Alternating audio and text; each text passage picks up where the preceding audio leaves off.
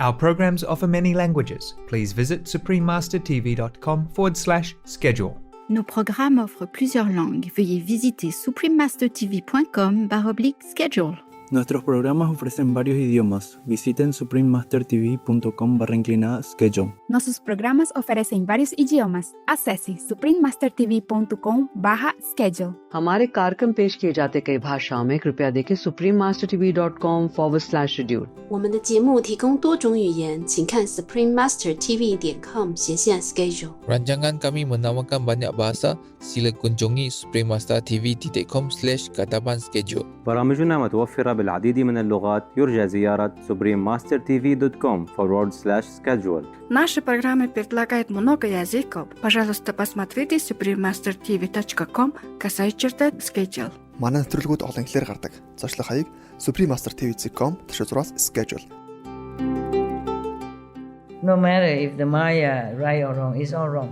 It's all wrong to punish people for the things that they don't know what they're doing. Yeah? That's why Jesus forgave those who crucify him, because please, Father, they don't know what they're doing. Truly, they don't know what they're doing. Please continue watching to find out more. Supreme Master Ching Hai's lectures are not a complete meditation instruction. Please do not try alone. For free of charge guidance, please visit godsdirectcontact.org or contact any of our centers near you.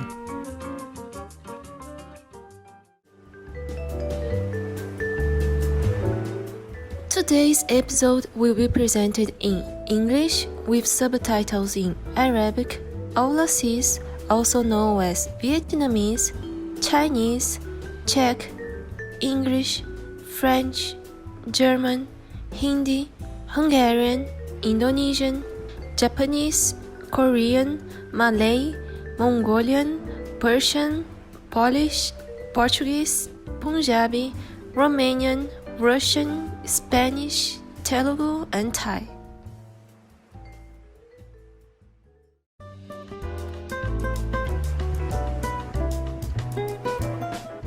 Ótimo ver vocês, espectadores maravilhosos. Meu nome é Lúcia de Goiânia, no excitante Brasil. Nosso povo deseja a vocês bênçãos imensas e graça celestial.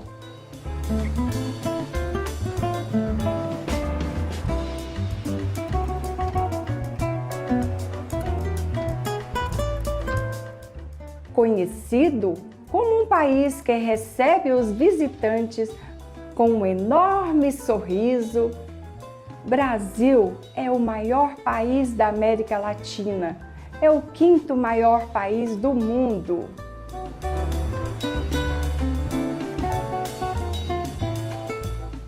A língua oficial é o português, contudo, os brasileiros são descendentes de imigrantes de mais de 50 países. E até hoje ainda há povos tribais indígenas vivendo nas selvas. A mistura de raças tem feito do Brasil um país culturalmente rico e ao mesmo tempo único. Essa tremenda diversidade define essa nação como um lugar onde ninguém é estrangeiro, onde se pode mudar o próprio destino sem perder a identidade e onde todo e qualquer brasileiro tem um pouco do mundo inteiro em seu sangue. Essa pode ser a razão pela qual o povo recebe tão abertamente todos aqueles que vêm à sua terra.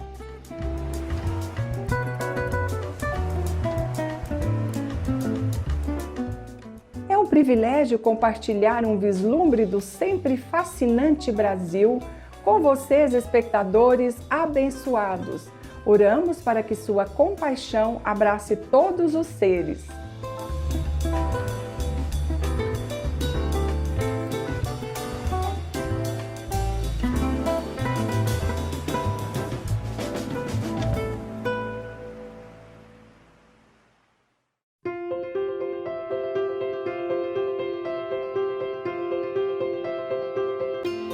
Por mais de 3 décadas, Supreme Master Shin Hai tem iluminado nosso mundo com seus ensinamentos divinos.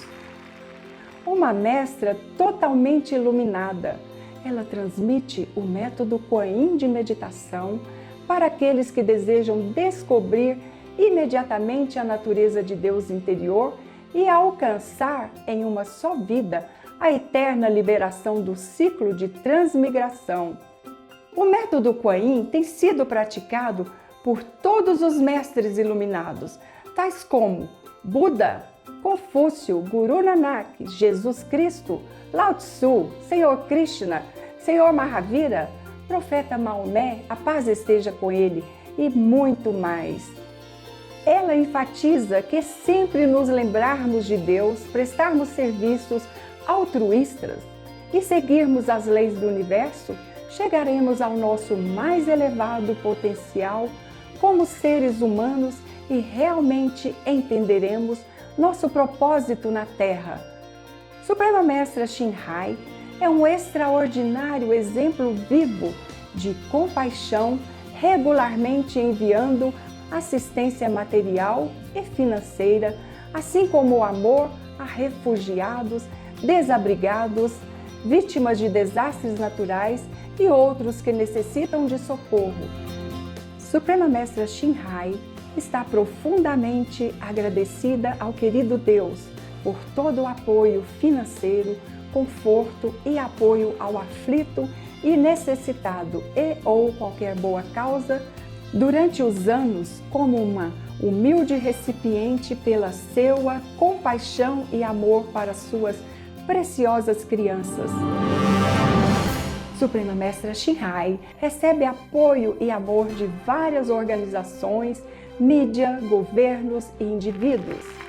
E também muitos prêmios deles, tais como o Prêmio da Paz Gussi 2006, considerado o Prêmio Nobel da Paz do Oriente, o Prêmio de Liderança Espiritual Mundial em 1994, o Prêmio Mahavir em 2008, 22 de fevereiro e 25 de outubro, ambos proclamam como o Dia da Suprema Mestra Shin Hai, uma cidadã honorária dos Estados Unidos, etc.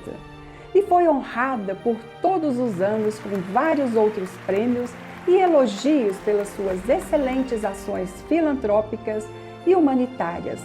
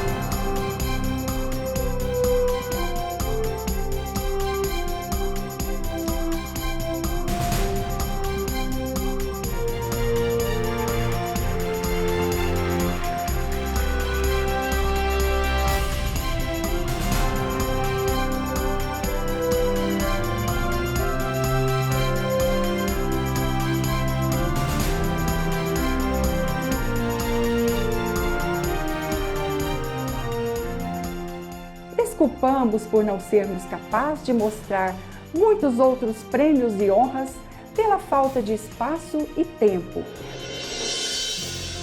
Uma voz verdadeira para nossos belos amigos animais.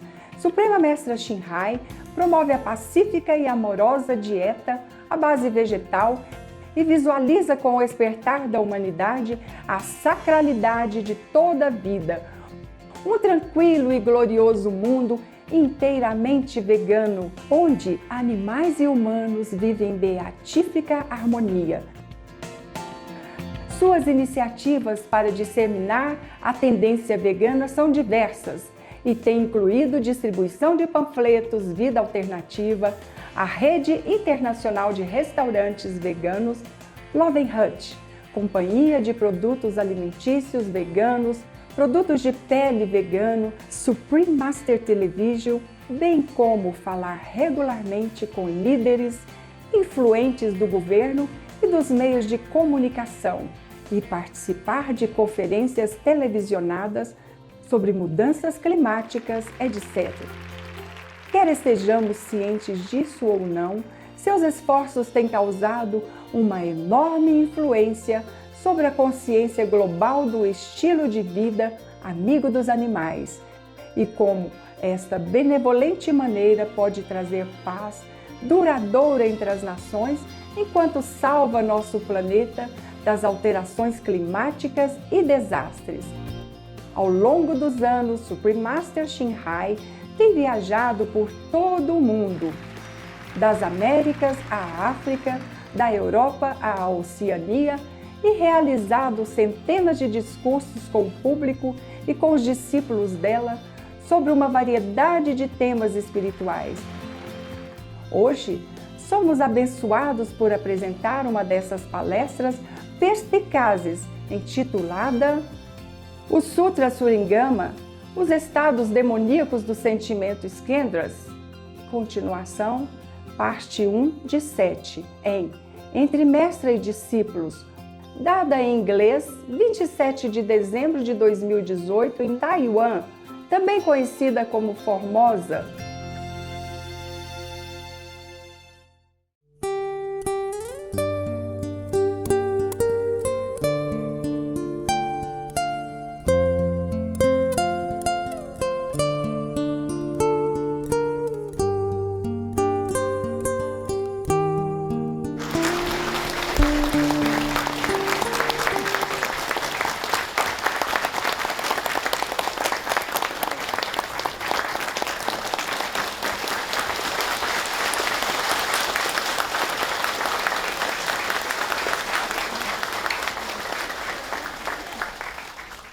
Okay. I have only two older men. You have? Had? Huh? You have had? 有没有？哎呀，我给你好了。好，是我的了。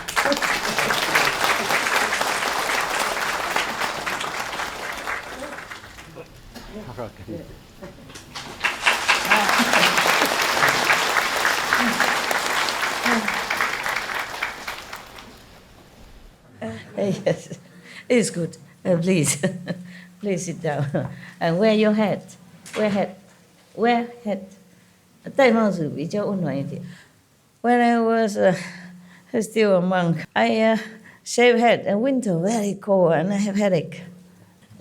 我当和尚的时候是剃度，哇，好冷好冷，头痛。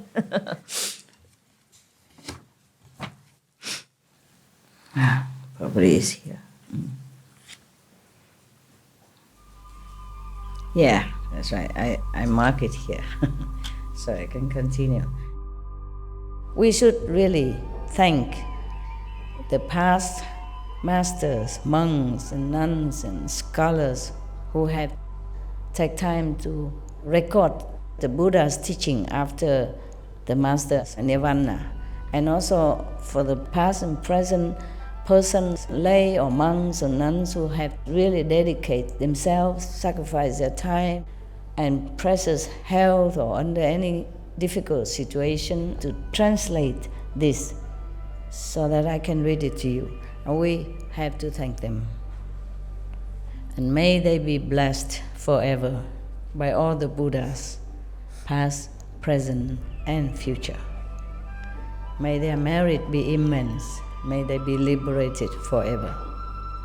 Thank you.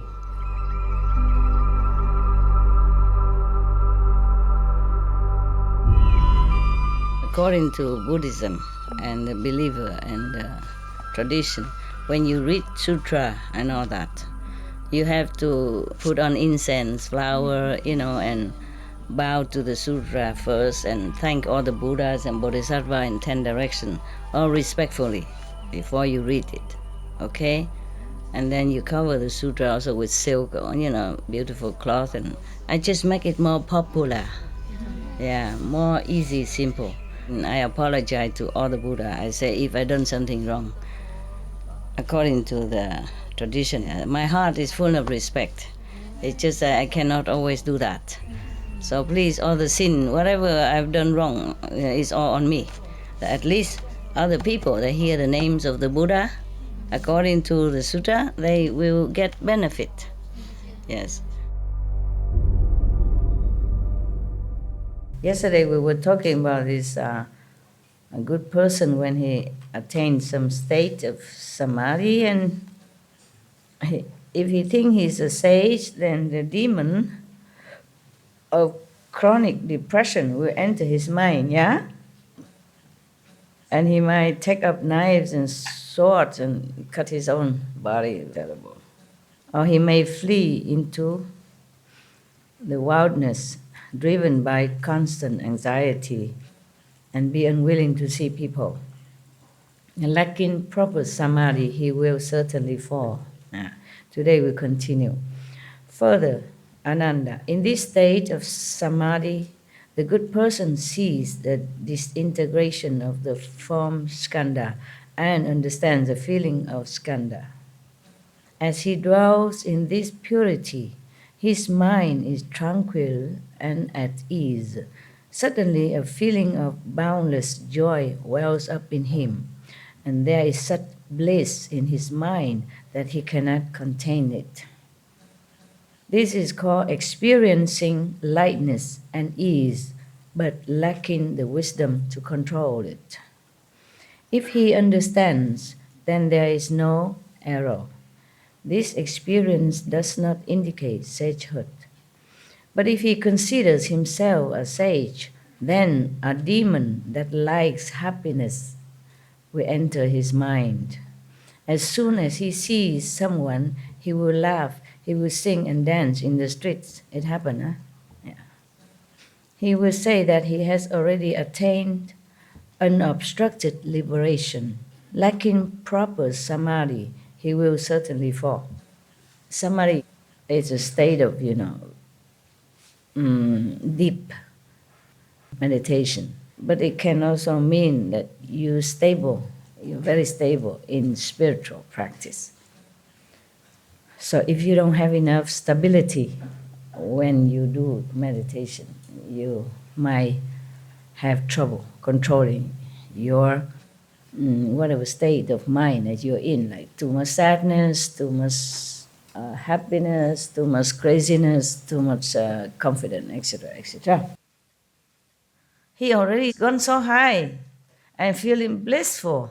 You would think he is a sage already. No, not yet. And even demon can come in his mind. How kapa? It's very scary. There was a demon of happiness. So be careful. Yeah, I heard about some people like that. They dance on the street and they hug people, and of course people think they're crazy.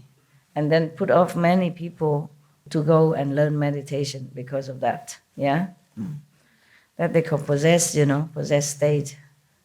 But he's not harming anyone. It's just that he doesn't behave as if he is a normal saint.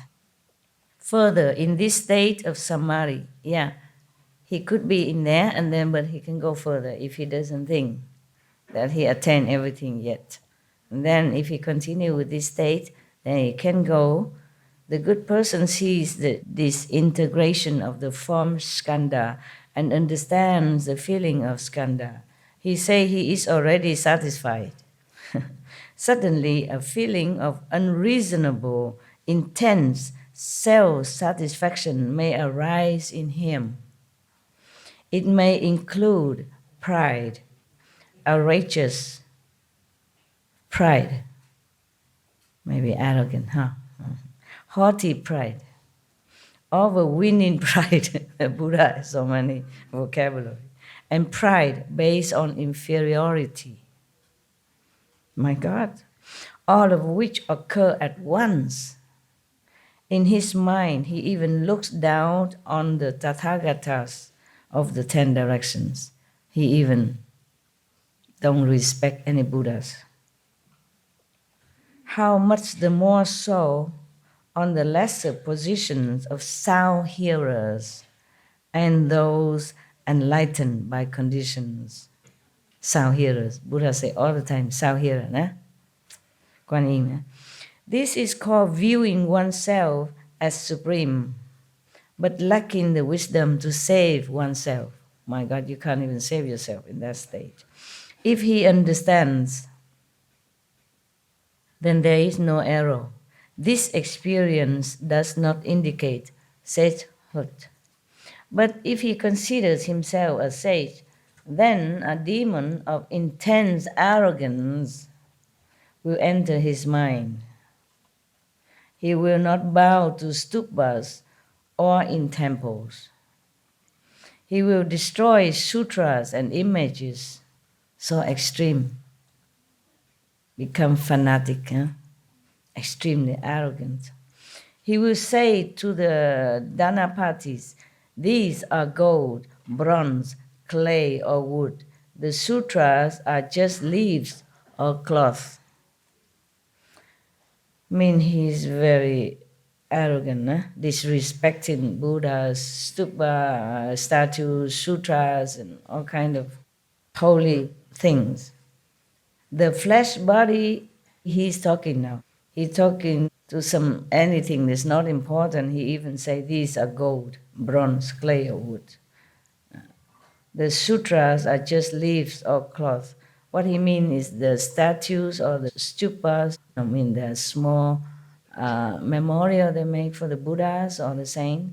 He say these are just gold and bronze or wood or clay only. There's nothing in it, no meaning anything. Yes, the sutra are just leaves or cloth even. The flesh body is what is real and eternal, but you don't revere it. Instead, you venerate clay and wood. That is totally absurd. That's what he said, absurd. He finished talking. The practitioner opinions are like that. And now, the Buddha continue commenting. Those who have deep faith in him will follow him to destroy the images or bury them. He will mislead living beings so that they fall into the relentless hells.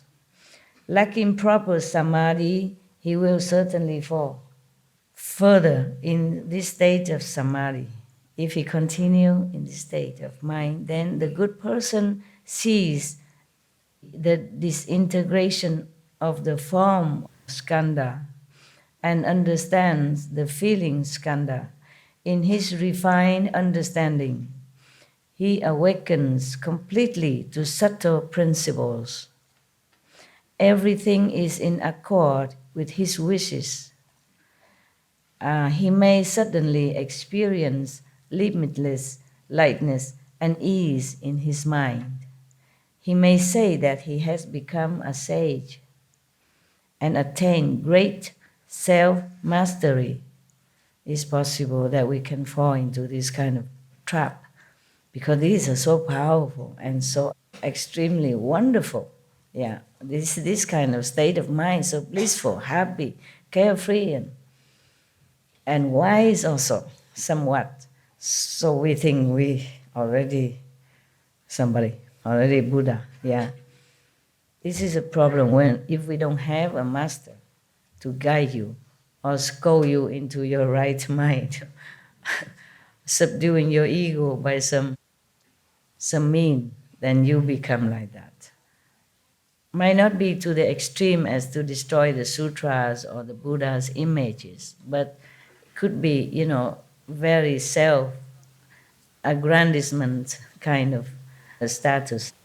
In Tibetan Buddhism, sometimes the normal Lama or anyone from outside come into the monastery feeling that he is such and such tuku, a Rinpoche, a master from Rinpoche, teacher of this present Rinpoche, this present abbot. They make a lot of scene and noise. Yes. And then one of the person who wrote this kind of story, she said that if such a practitioner are not lucky enough to be near a good friend like other lamas or his teacher who will subdue his ego by scolding him in front of everybody, degrading him, make him become zero to the ego again, then he will continue become misled like that until he gone insane. Then he will be very sad, he cry, he laugh because nobody believe that he's too cool, the living Buddha. Nobody believe him that he is a former teacher of this present Rinpoche, and he expect this Rinpoche in the temple to bow to him, recognize him, be grateful to him, and respect him, and worship him, all that kind of thing. Some people fall into that state also. And it's some true story like that in some Buddhist monastery. Yes. Then sometimes the master would ignore him or try to do something to cure him immediately or as soon as possible. But if you meditate alone, you don't have any good friend like that, to check you out, to straighten you up, then you'll be in trouble. That's why meditating is also very important, that you must have a guide, yes, a good guide, who are not afraid to offend you. That would be better for your safety, and your spiritual progress. It might hurt the ego, but what is ego anyway? It doesn't matter, he won't die. If you hurt the ego, it doesn't hurt anything. It just makes you better only, right? It's better than continue to be insane or lost your spiritual merit or lost your wisdom, lost your future spiritual attainment or progress. Because the Buddha mentioned before, those kind of person even cut off the seed of future enlightenment, even cut off his body seed. It's very scary, yeah. That's why formerly, not many masters would take up a lot of disciples. Yeah. Even Bodhidharma, he didn't want to talk to no one a lot. He knows he's all deaf anyway. Just attaching to rope or whatever rules and regulation, and not really understand the meaning of meditation. So he just went to a cave and meditated for 9 years. And finally some disciple, truly a handful of them, 4 or 5 of them came and seek him out, and he really teach them. But even among the 5 of them, only one really understood the essence of it. The other 4, he say, oh, you are just like, you get my skin, meaning outside only. You get my hair or whatever. He meant just not yet inside, just outward only, outside only. Only one, Huike, he's the one who attained what the master tried to teach him. And then after that, Bodhidharma left, go back to India. Yeah. They said he's sick and died, so they bury him. But when they open the coffin, there's nobody there, only one shoe. One shoe left. And the other one outside somewhere saw him with one shoe on his staff. The one shoe in the coffin and one shoe he take with him. Just to let people know that he's still alive or resurrected, that's all. Same with Kabir. The Muslim and the Hindu, they fight with each other who should take his body, because he's the master of whom, he has both Hindu follower as well as Muslim follower. So both of them fighting, wanting to take his body. And when they open the coffin, there's only 2 roses in it. One for Muslim, maybe one for Hindu.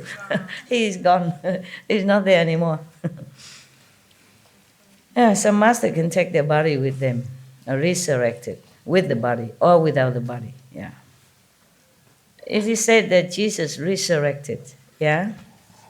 And then later he went to Kashmir, continue his practice with some small circle of disciples. I visited his so-called tomb. Yeah.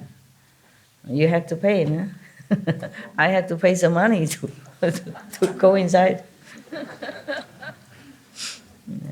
Yeah, they come and tell you outright, money, box. Yeah. Yeah, of course they need it maybe just to take care of the tomb, some caretaker, and they need to live of it, nah? I have to pay. I don't have that much money, but she told me to pay, so I paid. I go inside, have a look. Ain't nothing much, just the tomb and the name. No tomb even, you don't see. It's just supposed to be there. Suppose he lived until 120 years old, in Kashmir. So maybe he resurrected and taken his body with him as well, like Kabir or Bodhidharma. Huh? All right. Good translation? Yeah, wonderful. Oh, I'm so happy. At least the Chinese, very difficult for them to come here. Not all of them have a lot of money. China is big, Not every Chinese city near Taiwan. Sometimes they have to go maybe with ox cart or something and get the bus and get the train and then get the airplane. It's very difficult. Some take 2, 3, 4, 5 days to get to Taiwan from their own home. All right, there's another one. Okay, here it is. You see sound here. Even the person who meditate in this kind, maybe another kind of meditation, when he reach this state of self-satisfaction, intense self-satisfaction, not just normal, then he becomes so happy, so arrogant. He even looked down upon those Kuan Yin practitioners, the sound hearers, and those ahats that have been enlightened by conditions, or meaning those beings who enlightened by themselves, by some certain conditions, just like other disciples of the Buddha, enlightened by touch or by the sound of the Buddha, hearing the voice of the Buddha, or by the fragrance of something, for example, like that. Just because they have probably been practicing many lifetimes already, so now just some simple condition, they get enlightened. Huh? And then also there are some called Patekya Buddha, meaning the one who meditate all by themselves, and then by some merit from the past life, or maybe seeing one master by chance and then became enlightened also. So these people are not necessarily disciples of Buddha, Okay. So, but the person who reached this state of extreme self-satisfaction, he thinks he's above everything. But this is just one state, which is called viewing oneself as supreme, but lacking wisdom to save oneself even. You can't even save yourself. Not to talk about go out and save other souls. This is terrible, nah? Then you're falling. If he knows it, then it's okay. But if he doesn't know, then he will fall. The demons and all that will come. You see this kind of so-called enlightened person, he can't even save himself, but he has followers.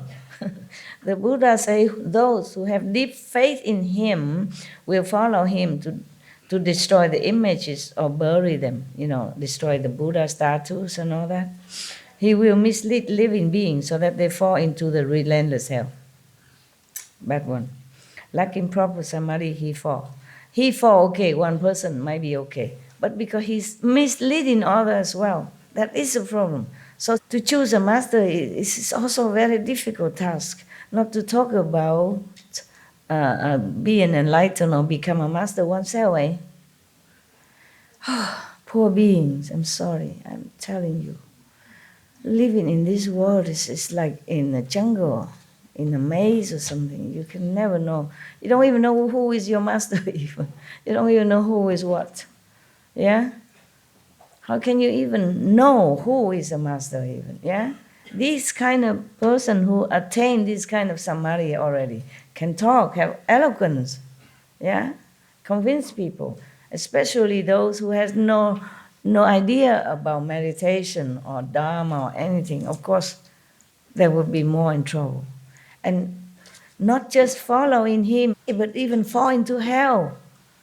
This is really tragic. If you blindly follow him, it's not your fault. How come you even have to go to hell?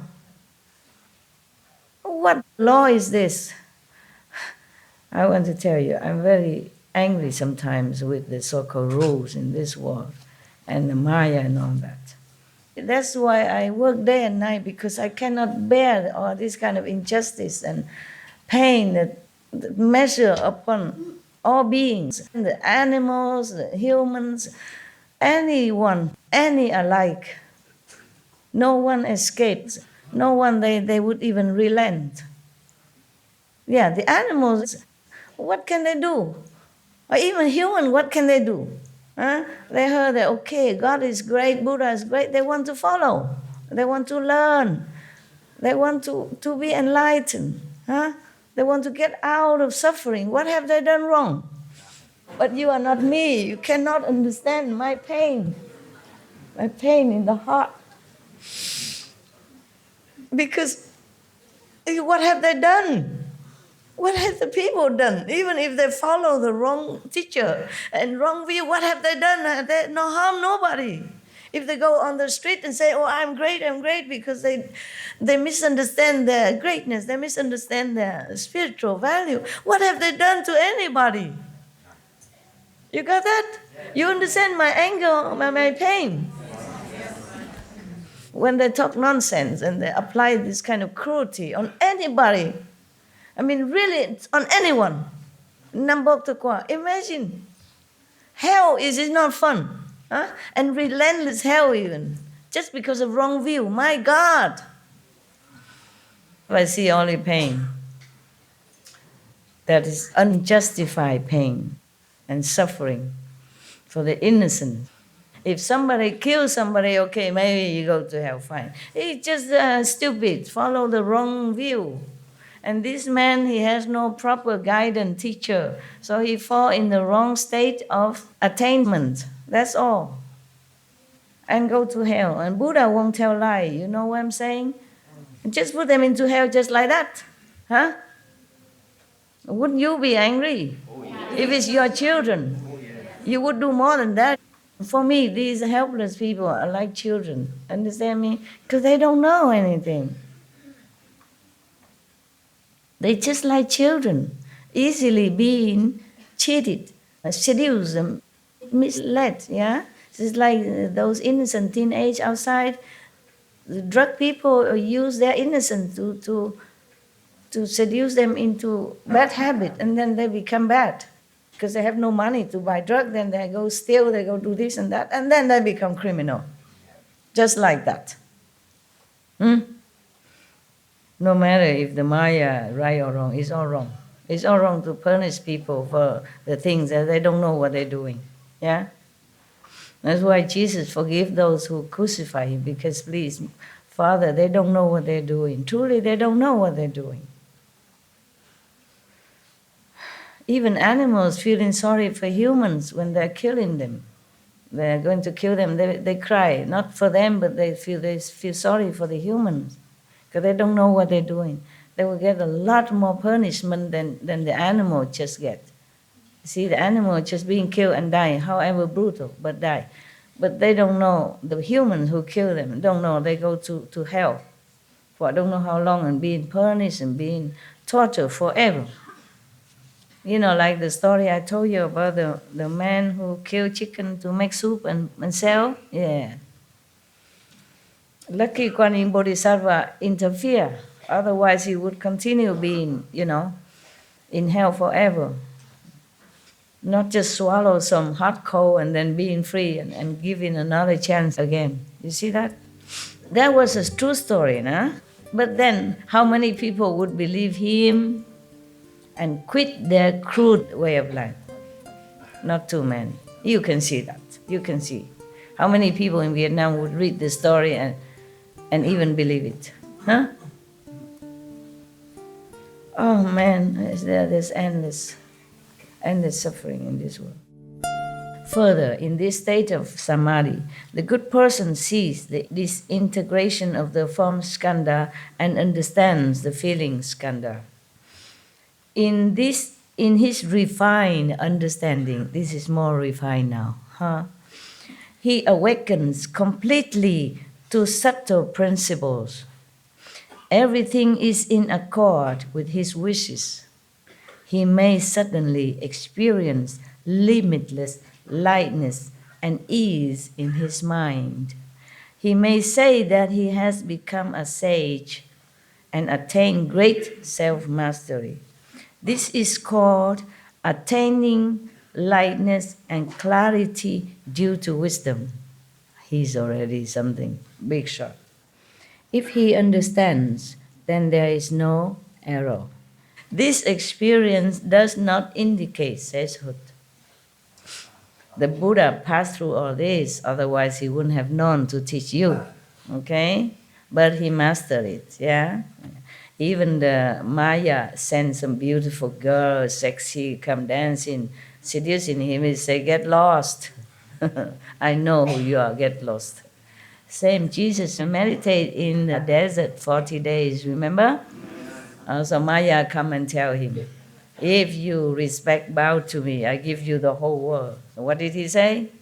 Get lost also. Okay, now. But if he considers himself a sage, then a demon that likes lightness and clarity will enter his mind. I'm telling you. So cut it off if you think you're Buddha, yeah? Cut it off, all of you. whoever telling me that you're on a 7 or 9 spiritual plane, yeah. Claiming that he is already satisfied, he will not strive to make further progress. That is the problem with all these stages that we have mentioned, that the Buddha has mentioned. You feel too good. You never felt like this before in your whole life. It's something new. But these are just toys. It's like children, you know, you have good toy, bad toy, or more enchanting toys, and more new toys, more inventive toys, but these are toys yet. If he's satisfied with that, he will not know all the real toys, you know. He play with the small cars, he didn't know there is a real one. Yeah. Oh, this is a problem. Yeah. If we are not satisfied with that, then we go further.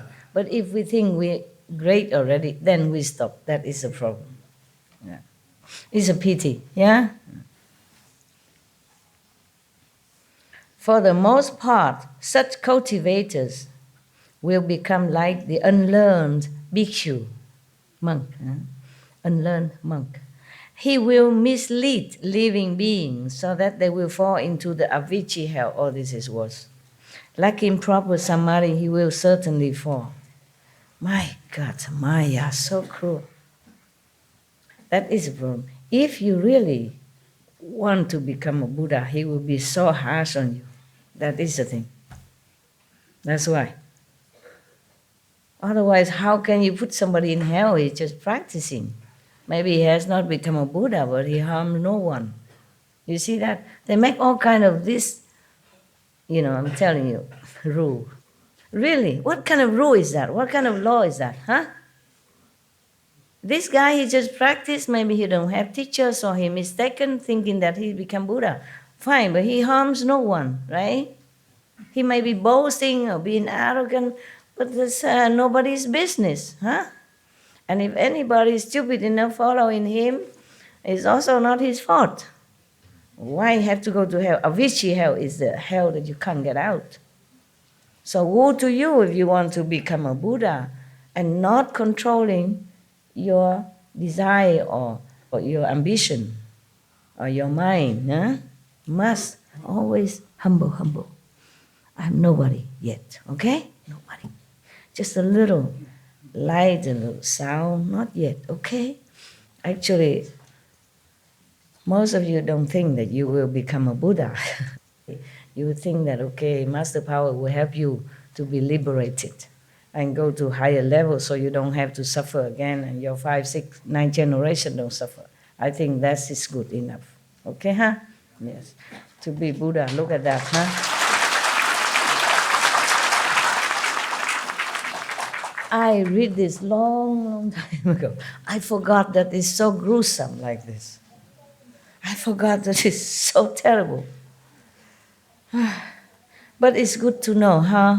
It's good to know. So you can avoid trouble. Okay. Further, still continue. Further, in this state of samadhi, the good person sees, he sees that it's all the form that he saw, the scenery, it's all from skandha. He already knows it. At least he knows that is illusion. And at least he understands that it's just a skandha feeling and all that is all illusionary, it's not real. He knows that. But still, and in this clear awakening, he experiences an illusory clarity.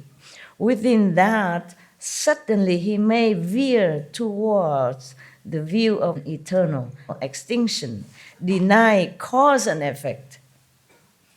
He rejects the karma theory, the karma, law. Yes, and take everything as empty. There's nothing at all, don't worry, no karma, whatever you do, there's no effect, no hell, no heaven, nothing. The thought of emptiness so predominates that he comes to believe that there is eternal extinction after death, meaning there's nothing after you die.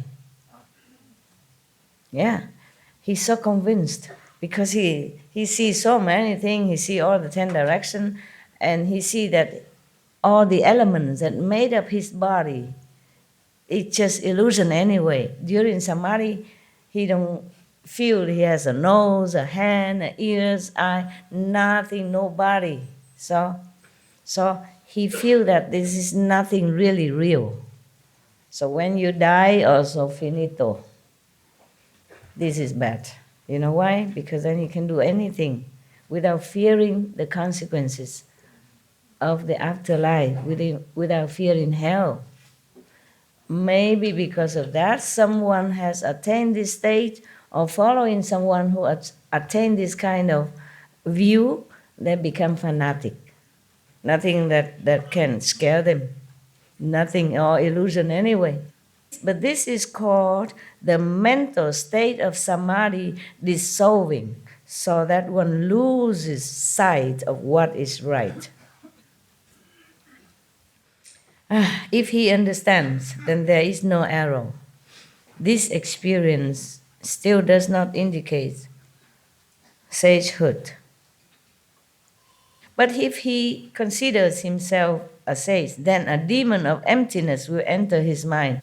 How can you believe that such a high stage of enlightenment already still, the demon still can use your mind? Understand, because the mind is not the soul. Yeah, the mind is a subtle, a higher kind of instrument. The brain is instrument, yeah, physical, we understand that. The mind is just a more refined computer, yeah, high tech. The mind is made at the second level. Therefore, if you go down from the 5th level to this world to do something or to help beings, you have to go through the 2nd level to be equipped with the mind.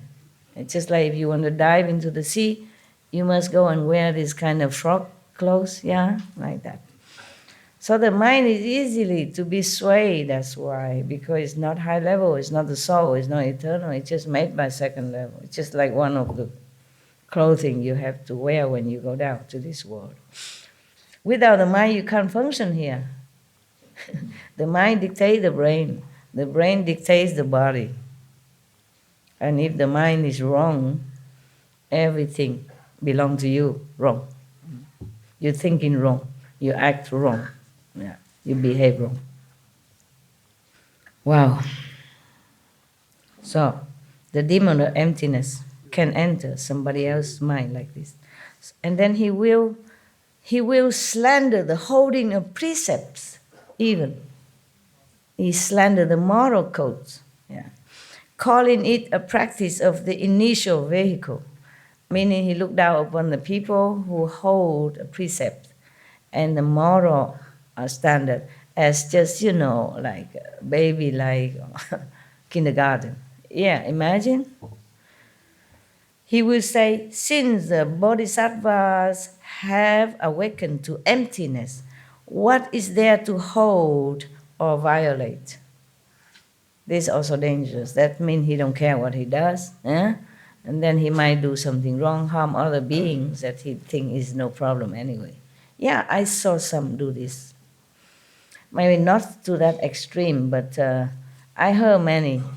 And not many, but because I don't know that many people.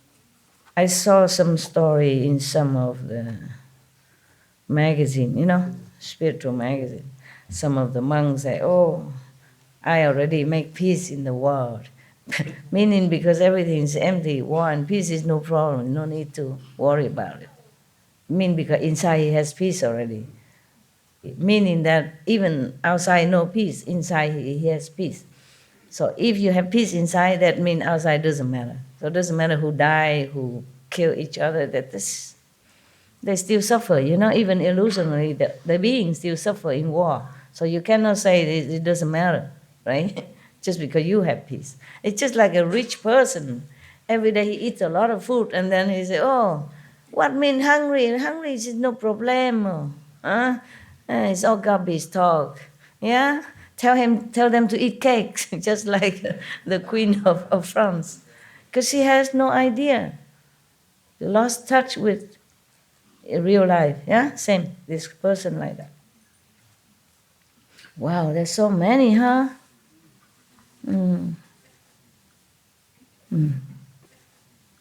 There's so many. But the Buddha has also told you here how to guard yourself and how to continue progress. Yeah, if we have time and continue further, okay? Right now, I continue with the demon, so that you will recognize when they come, and then you can protect yourself, okay, and go for higher. Oh my God. Okay. So, because of this false view, influenced by this kind of demon, he will slander those withholding the precepts, like the monks, the nuns, they're strict with their precepts. He will look down upon them. He will degrade them. He will slander them. That is a no-no, of course. Even if you're not a monk, a monk, if he has his moral code, then it's good, right? At least good for him, good for society. Why go and slander them, yeah? Now, but not only that, he thinks he already attained emptiness. Everything is empty, everything illusion. Yeah? So he can do what he wants. So further than that, this person in the presence of his faithful Dhanapatis, meaning his so-called disciples, yeah, will often drink wine, eat meat, and engage in wanton lust. The power of the demon will keep his followers from doubting or denouncing him, even if he's doing all this wrong thing. Drinking wine, drinking alcohol, eating meat, engaging in lustful conduct. But the demon power is so strong that anyone who near this person, will be kept from being doubtful. I have no demon to control you. Yeah, of course. At least you're free, okay? You're free. If you doubt me, at least you know you're free. Nobody control you, yeah? So even if I'm wrong, you have no danger because you're free to doubt or not doubt. You see that? At least, you doubt me, it's good. I wasn't angry at all. I'm just saying, oh, you see all that experience and you still doubt me? But I never felt angry or so angry. No, I wasn't, okay? That means good. That means it's good. that means that you are free, that I don't oppress you or saying something or psychologically suppress you so that you don't dare to even doubt me. You're all free, even you're enlightened or not, you're free. Because if a master use some magical power or some psychic or something, then you behold under his or her sway. You cannot even think the master is wrong. Here, this person, because of demon power, so even though he drink wine, eat meat, and engage in lust and all that, wanton lust, not just having a wife or a husband, wanton lust meaning just random, meaning no good, all the time, anytime. So this is no good. The power of the demon will keep his followers from doubting or denouncing him even. After the ghost has possessed him for a long time, he may even consume excrement and urine, or meat and wine, claiming that all such things are empty anyway. Phew. He will break the Buddha's moral precepts and mislead people into committing offenses. Lacking proper samadhi, he will certainly fall. He fell already. Not just certainly fall, but he fell already. Further, if he continued with this state, further, in this state of samadhi, the good person sees the disintegration of the form skandha and understands the feeling skandha. He savors the state of illusory clarity, and it deeply enters his mind and bones, become his nature then. Boundless love may suddenly well forth from his mind. When that love becomes extreme, he goes insane with greed and lust. The Buddha don't mean love as loving, but as this kind of sexual, attachment love, yeah? In this world, we use everything, love. It's all confusing, yeah? But the Buddha means bodily attachment, yeah? And that's why if it's become more extreme, then he goes insane with greed and lust. He cannot stop. So but this state is called when an agreeable state of samadhi enters one's mind, lacking the wisdom to control oneself and mistakenly engaging in lustful behavior. Okay. If he understands that it's just one of the state, okay, then it will pass. Then there is no error. This experience does not indicate sagehood. Of course not. How can you are sage if you still have greed and lust? But if he considers himself a sage, then a demon of desire will enter his mind. Oh God, so many demons. When we will even see any bodhisattva enter somebody's mind and help something. I want to turn the table. Yeah, really. Just demons all the time is no fun. The Buddha and Bodhisattva, why are they so gentle? Why don't they just do something? Turn the table, huh? Oh man, I have to look into this. I don't like it. Yeah. I really don't like it. That's not fair. I don't like it that the Buddha has to suffer so much life after life, kalpas after kalpas, so that he can just save a handful of his disciples like that, and still being slandered, still being doubted. I don't like that. Never mind if this is all illusion or life after life, illusion or not, never mind. It is still suffering. He still has to carry on the flesh body. And when you have the flesh, you suffer. Huh? He even has to become animals or insect even. Like I told you the story about the gecko and all that. And then the demon of desire will enter his mind. Then he will become an outspoken advocate of lust, calling it the way to Buddhi. Oh man, you know one of them are like that. Not long ago, some years ago. Yeah, advocate lust, for sure. That is true. I saw it printed. He's preaching about lustful encouragement, printed on newspaper. It's printed like that. Yeah, I was surprised, but a lot of people follow him. and they worship him. Oh, I heard many stories. It was really true, eh? You know, right? Yeah. So many people. If you think I have a lot of followers, it's just 1 centimeter what I have as followers compared to 1 meter long or 2, 3, 10 meters. It's very appealing to the world of people. Very appealing. Yeah. They calling each other, come here, come and have a look, come and listen here. They selling things, they go there, selling their house and stuff. You go there to listen. I went all over the world and look at how many I have. Don't even have a house for you. I'm telling you. Okay. If that was so easy, yeah? I'm too strict, Must be vegan, huh? Must meditate 2.5 hours, huh? Must keep the 5 precepts, yeah? Who like that? How many people want to follow a woman who asks them to do this kind of thing against their own habit and nature? So don't compare me to other masters. I don't have a lot of disciples for sure. I don't care. If you're my disciple, so-called disciple, you must meditate, eat vegan, 5 precepts, and that is that. No bargain, okay? Okay. Yeah.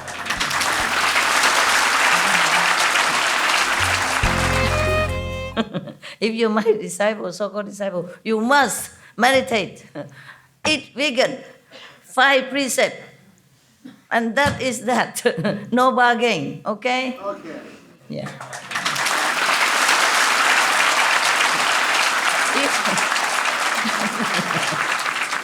I'm Tsongkhapa. Okay. Precepts. Yeah. Somebody called me Tsongkhapa when I was, wasn't a monk. I was just, going from one ashram to another. I'm just wearing Punjabi, white. Just I have 2, 3 pairs of clothes, that's all. White clothes, and long hair, and it's like everybody. And they keep calling me Tsongkhapa. Always, hey, Tsongkhapa. How are you, Tsongkhapa? At that time, I had no idea who Tsongkhapa was. I said, who? Chong who? I said, my name is so-and-so at that time, yeah? And Tsongkha who? I wasn't studying Tibetan Buddhism at that time. Huh? I don't know what it is or not. You don't know? No. Oh, okay. He was the founder of Gelugpa, of Gelug school in Tibet. Tsongkhapa was a lama, the founder of Gelug school. The Gelug school is the one that wear yellow hat, and he was the one who strictly followed the precept. And he teach his monks and his lay disciples, they have to follow the Buddha precept strictly. He's the one that very, very strict. No meat, no wine, no marriage, no woman, no violating any precept at all. Yeah? Not even eat garlic, onion, all that. Very strict, Tsongkhapa. Okay? And he's supposed to be the first Dalai Lama, but he doesn't want. And people wanted him to be king of Tibet. He also did not want. But he's a king of Tibet in people's heart. And he's the Dalai Lama of all the Dalai Lama. He's a real monk. Yeah? Because he wants to revive the Buddhist tradition in Tibet. Yes. So there are many traditions in Tibet. Yeah? Tibetan Buddhism.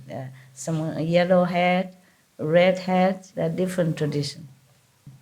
Some tradition, maybe you could also marry, maybe like that. Therefore, he said, no, monk, no marry, no woman, no wine, no meat. Yeah. So he's the one that's famous for very strictly adhering to the precepts of the Buddha. Very famous for that. I knew it only afterward.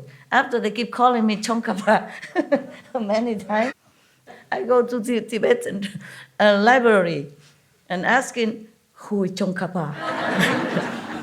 And they also don't know very much, but there's a book Tibetan monk, you go and look. And there were some in English. So then I learned about that. I don't know much more, okay? That's all I knew. That he is very strict with precepts. Yeah, other tradition, other Lama or Dalai Lama, I don't hear about this strict precept. Only Tsongkhapa was very strict, okay? He's supposed to be the first Dalai Lama, but his successor become official Dalai Lama, mean the ocean of wisdom. Okay? Thank you, Master. You're welcome.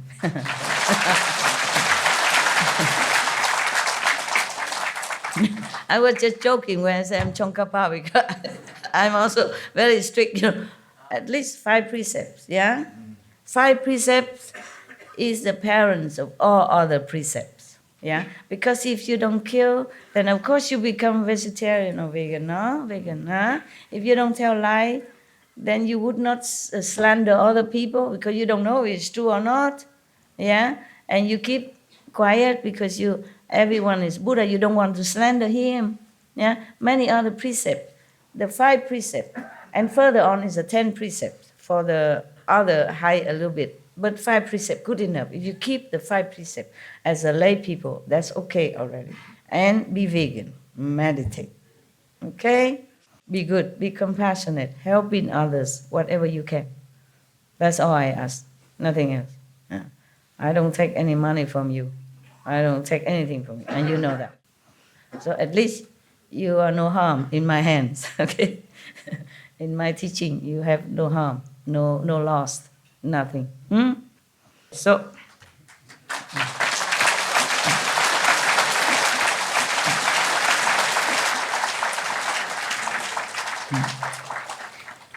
boundless love. This is not a very good translation, meaning some overflowing kind of desire for physical love.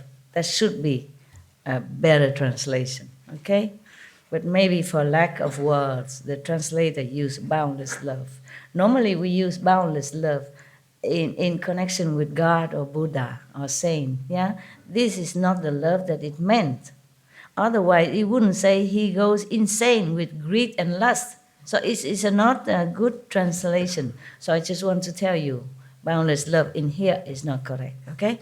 So this state is called when an agreeable state of samadhi enters one's mind, lacking the wisdom to control oneself and mistakenly engaging in lustful behavior.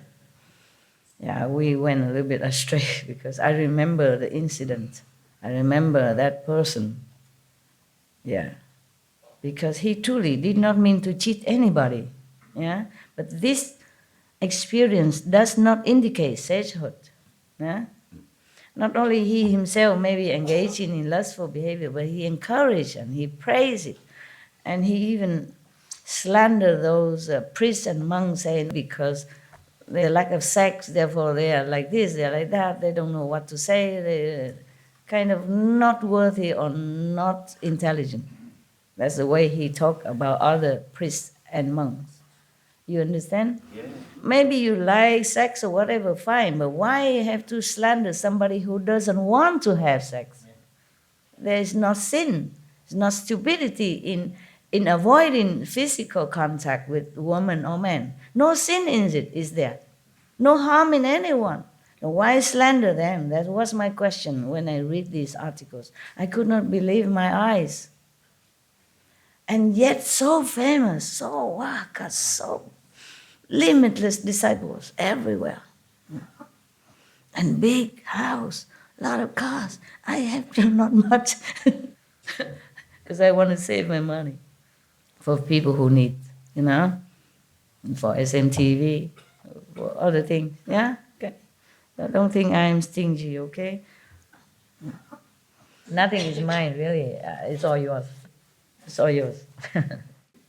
I only use what I have to do. I only do what I have to do. Wearing all this stuff, makeup, all this, it's not my idea. I don't like it. It's too much time consuming and troublesome. Not free enough, but never mind. I do what I have to, okay?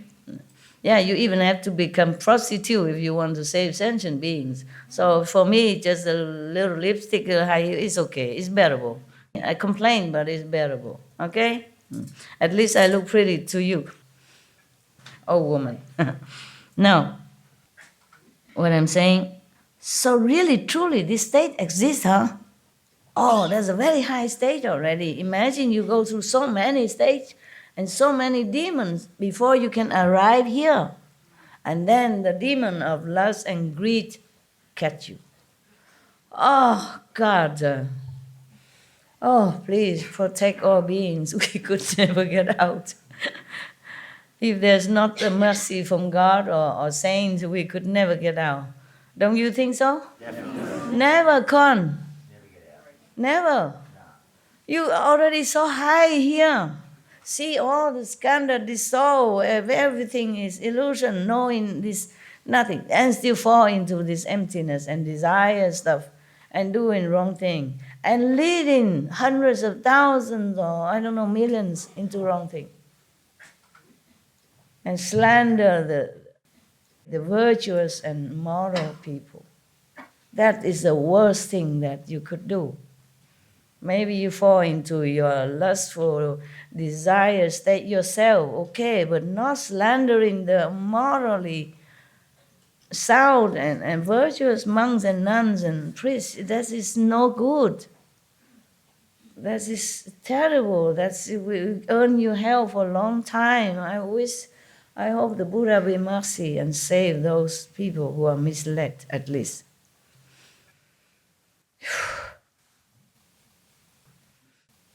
When I was in Europe, I want to buy land. Those years, I keep looking everywhere, but nothing really suitable. Maybe it's not the time, maybe not meant to be.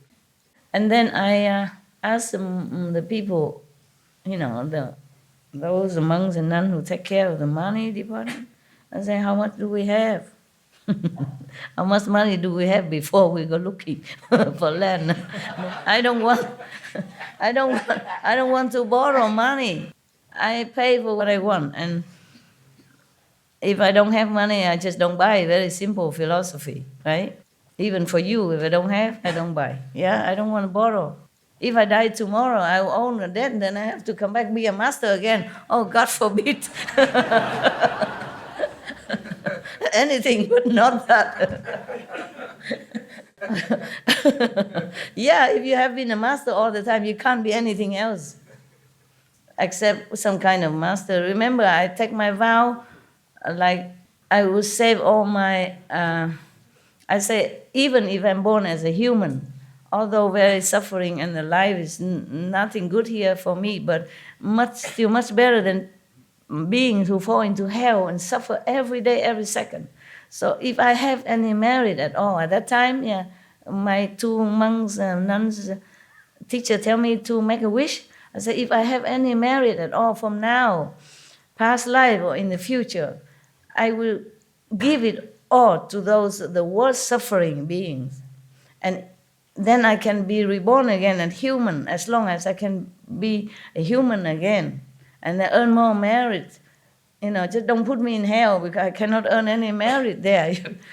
Just let me come back to become a human, even though human life is nothing interesting. It's suffering, but still better than be hell like other people. So I can share my merit, whatever I have, to those people, to the being, the worst one, the worst suffering people. And then all the incense girl, remember that? If I knew what it is, I probably did not. No, I should have known. My soul knows. That's what I'm saying. If you practice spiritually, even if you were reborn again as an ignorant woman, you will not lose it. Otherwise, why would a girl, 20-something years old, seriously in front of the Buddhas and the monks' teachers make such a vow like that? Yeah? Why? Nobody teach me that. It's just natural, because I had those seeds in a former life. That's why I make such a wish. And normally you would wish, okay, I have a good husband, no.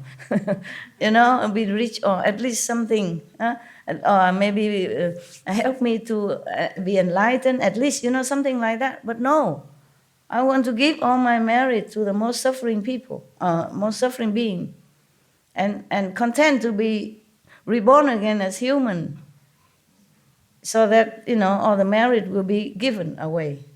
So if I have not studied before somehow, with some enlightened master or being a master or something to do with that, I would have never come to this thinking to make a wish like that, right? It's logical, right? Yeah. I only met the monks a few weeks before that. And I only read Amitabha Sutra or Kuan Yin Bodhisattva. I have not even been given this sutra yet. I wasn't worthy to be reading this. Yeah, my teachers say that. It's very good. They subdue my ego. Yeah, they praise me that, oh, I want to be Buddhist. This is very good. You have good merit in the past, for sure. But still, on the other hand, they put me down. You are not worthy to see this sutra yet. They give me some small medicine Buddha, some very harmless and simple. Oh, Kuan Yin Bodhisattva, if you recite her name, she protect you, something like that. But this one, no. After a while, she gave me Kristikapa Sutra, the Buddha that stay in the hell. But not this one, no. After a long time. So at that time, nobody teach me anything about dedicating merit to the other suffer being. So it must have been the seed from former life. Yeah, that's why I told you, if you practice now and you're humble enough and you just don't think you are sage, then even if you die and you have not reached the complete liberation, you still have the seed in you, and you continue being a good human, yeah, or being a charitable person and earning more merit, and then continue your path, yeah. But I don't want to let that happen to you. Even if you're low or high, you go up first. Don't stay here. No.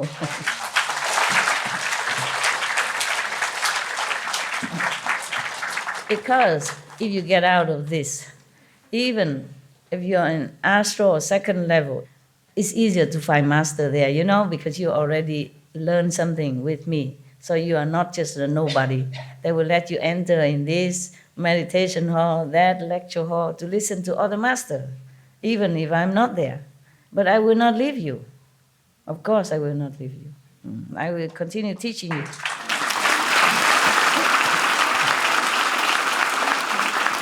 Thank you.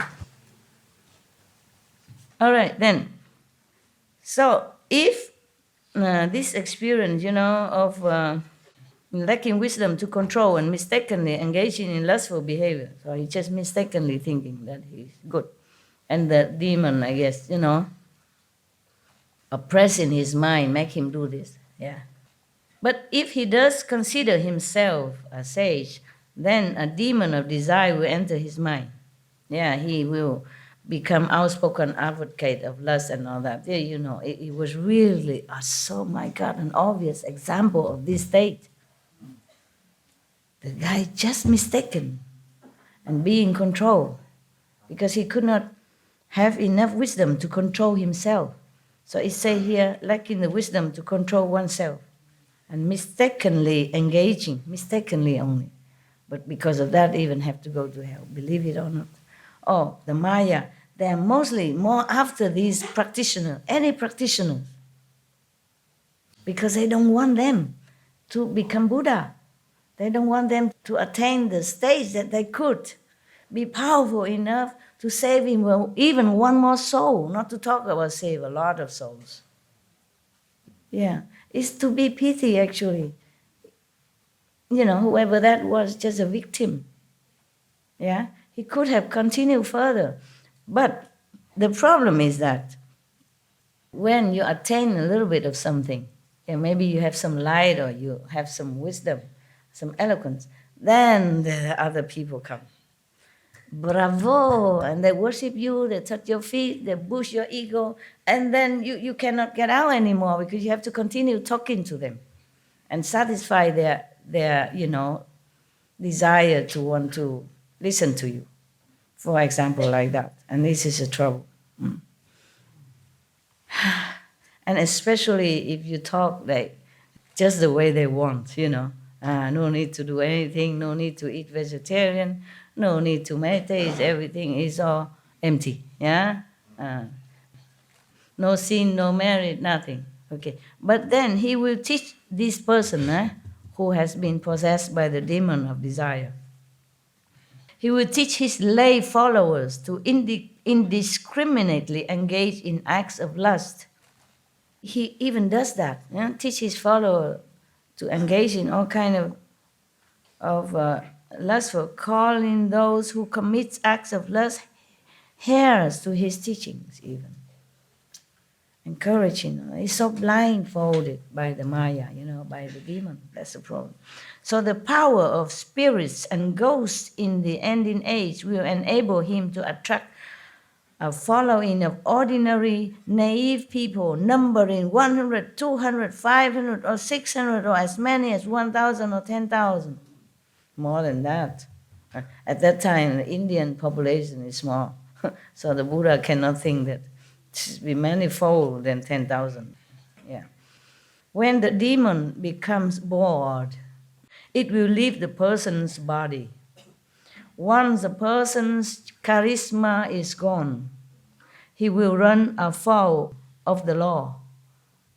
He will mislead living beings so that they fall into the relentless hells. Lacking proper samadhi, he will certainly fall.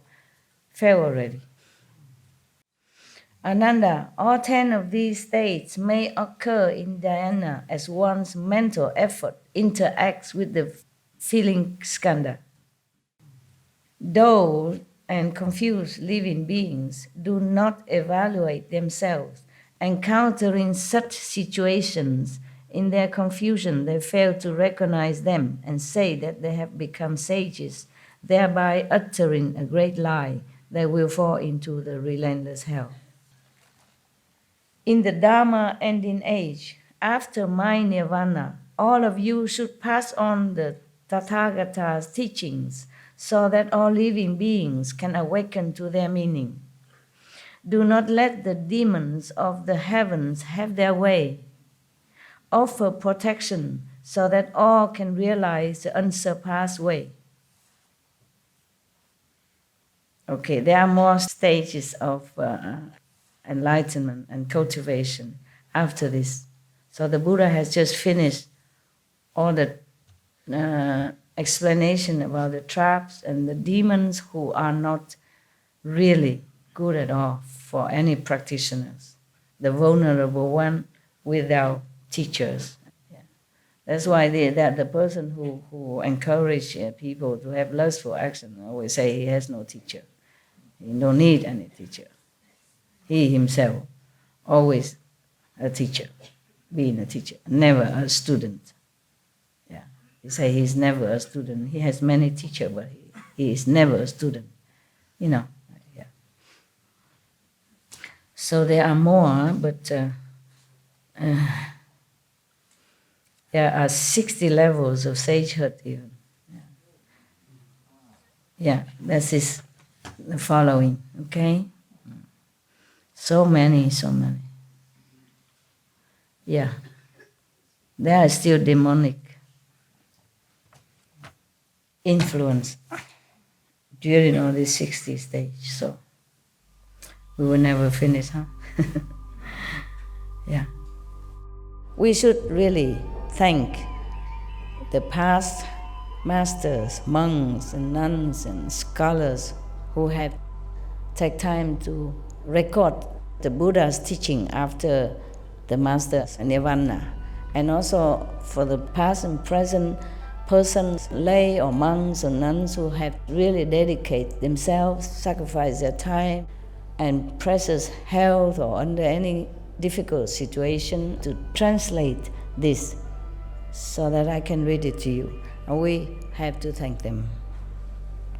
And may they be blessed forever by all the Buddhas, past, present, and future.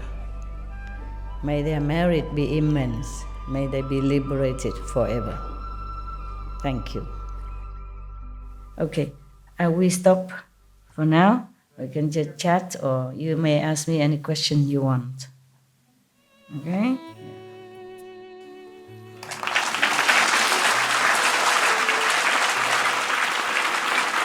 We continue next time, huh?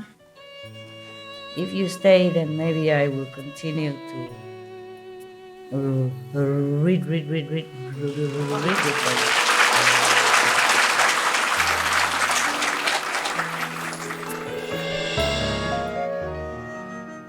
Any question?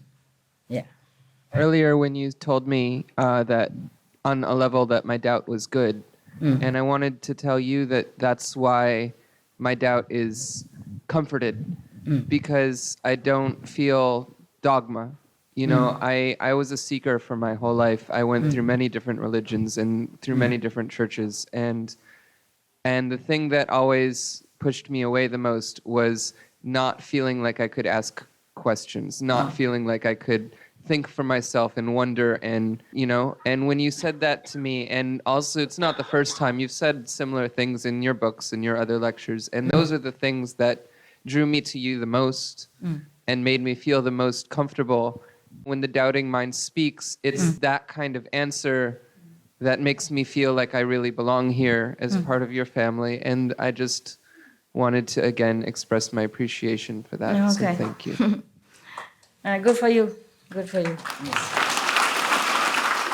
Your doubt is truly sincere, not like to provoke me or to put me down or degrade in me or anything. That's why I feel good about your doubt. Yeah. If somebody else have different doubts, like trying to make himself look smart in front of me, and like put me down in front of other people and all that, which is no good for him. Karma, bad. Then I would scold him instead of welcoming like you. Doubts and doubts are different, okay? You are doubting whether or not I teach you the right thing or not, whether or not you follow the right person, because you sincerely want to really find a master, find a way to be liberated. That is different. The spiritual doubt is always welcome. It's very healthy. Not personal attack. That is different. Okay? Why are you crying again? Because you inspire me and make me feel so right. Yeah? It's a good crying. It's good. All right, good. Thank you. Can you. cry because you're touched, yeah? Yeah, You touched. That's the word. Thank you. You feel like you're correct. Yeah, it's good. That is a different doubt. And it's a different from slander or trying to look cool in front of others and like putting your master down, personal attack. That's different. But this is spiritual doubt. It's your birthright. And you must doubt. You must doubt until you really completely prove it. That what you are doing, what the path you're following is correct for you, because you have only this chance. If you follow the wrong master, you must know it. Then you have to quit. You still have a chance to go find another master. You must doubt. Your time is precious. Your life is yours. You can't afford to just kowtow to anybody and do whatever he said. And it's your life. It's very important. It's your precious life, your valuable time. You must doubt until you resolve it, okay? If no doubt, then you can never understand you follow the true or not true, yeah? You must have doubt. You must have enough intelligence and wisdom to discern this. Otherwise, you can never put your whole heart into what you're following, the teaching. So it's just different from degrading or slandering, the ego stuff. Yeah, it's different. All right, good. I'm proud of you. Here, have an apple juice as a reward. Yeah. Yeah. Master, if it's possible to you change the rules of the Maya, change Yes. the rules of the Maya in this world, because many masters coming, save some souls, but I think they cannot change the rules of the Maya. If it's possible to you, Master, change those the rules? I don't know. I think so, I because have not tried. I don't know yet. I'm just fighting. I don't know if it can change. But at least we have something good. We have peace, many peace nowadays. It's just newly peace in Yemen, yeah? Yeah. Then we have peace, one piece after another these days. I'm happy, yeah? Okay? And you are vegans, yeah, at least how many lives, suffering saved, okay? At least that. And furthermore, I cannot promise. I also don't know if I'm big shot or anything. I try. I'm just angry with Maya, and I argue with him all the time. Yeah. And I don't think he can beat me in arguments because I'm right. Yeah. We know, Master. I'm not like arrogant or anything. What I mean is, what I say is logical. How can anybody put somebody in hell to suffer relentlessly just because he mistaken that he's a Buddha? He didn't do anything on purpose. Yeah. It's just a Maya influence him, and he has never had such a blissful state before in his life, or any other life. Yeah. Somehow he's lucky enough to reach there. So if he mistakenly thinking he's a Buddha or he has reached God, is no sin? Is there? No. Well, unless he misleads somebody else doing something bad, like advocating for lust or steal or greed, then it's no good, of course. But the other state before that, they do nothing wrong, for example, then still go to hell. That is nonsense. That is a blind revenge. It's nothing good. So I don't know if I can change complete the rules, yeah? Because maybe I don't have enough support from humans. Yeah? If people believe what I'm saying, then I have more support. But not all of them do. Some of them even not just reject, but slander and making more trouble for me. And the Maya say, you see? Nobody have respect for your view. Just like Buddha say, I can live forever. Ananda say nothing. His foremost closest associate, disciple, every day with him. And many lifetime also, not just this lifetime. The Buddha always with Ananda. Even when he was animals, or just a normal merchant or something, Ananda always nearby, do something with him. Yeah.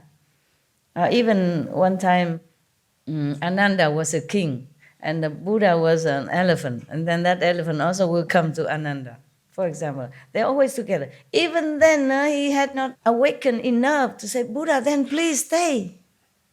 Yeah. And then the Maya comes, see, nobody wants you. Even your foremost disciple, he did not express his desire to want you be here. Maybe because he doesn't want to continue to be your attendant and serving you forever. Maya, talk anything. Maya can lie even. Oh, I scold him endlessly. You have no idea. I scold him a lot. I say, you liar.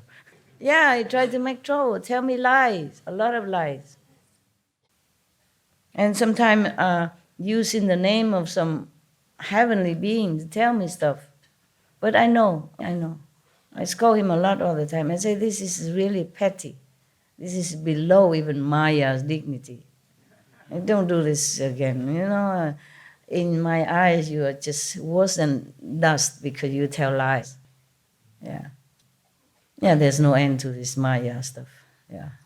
I don't know why he had to resort to lying to me. Yeah. Okay. Any more questions? Tell me.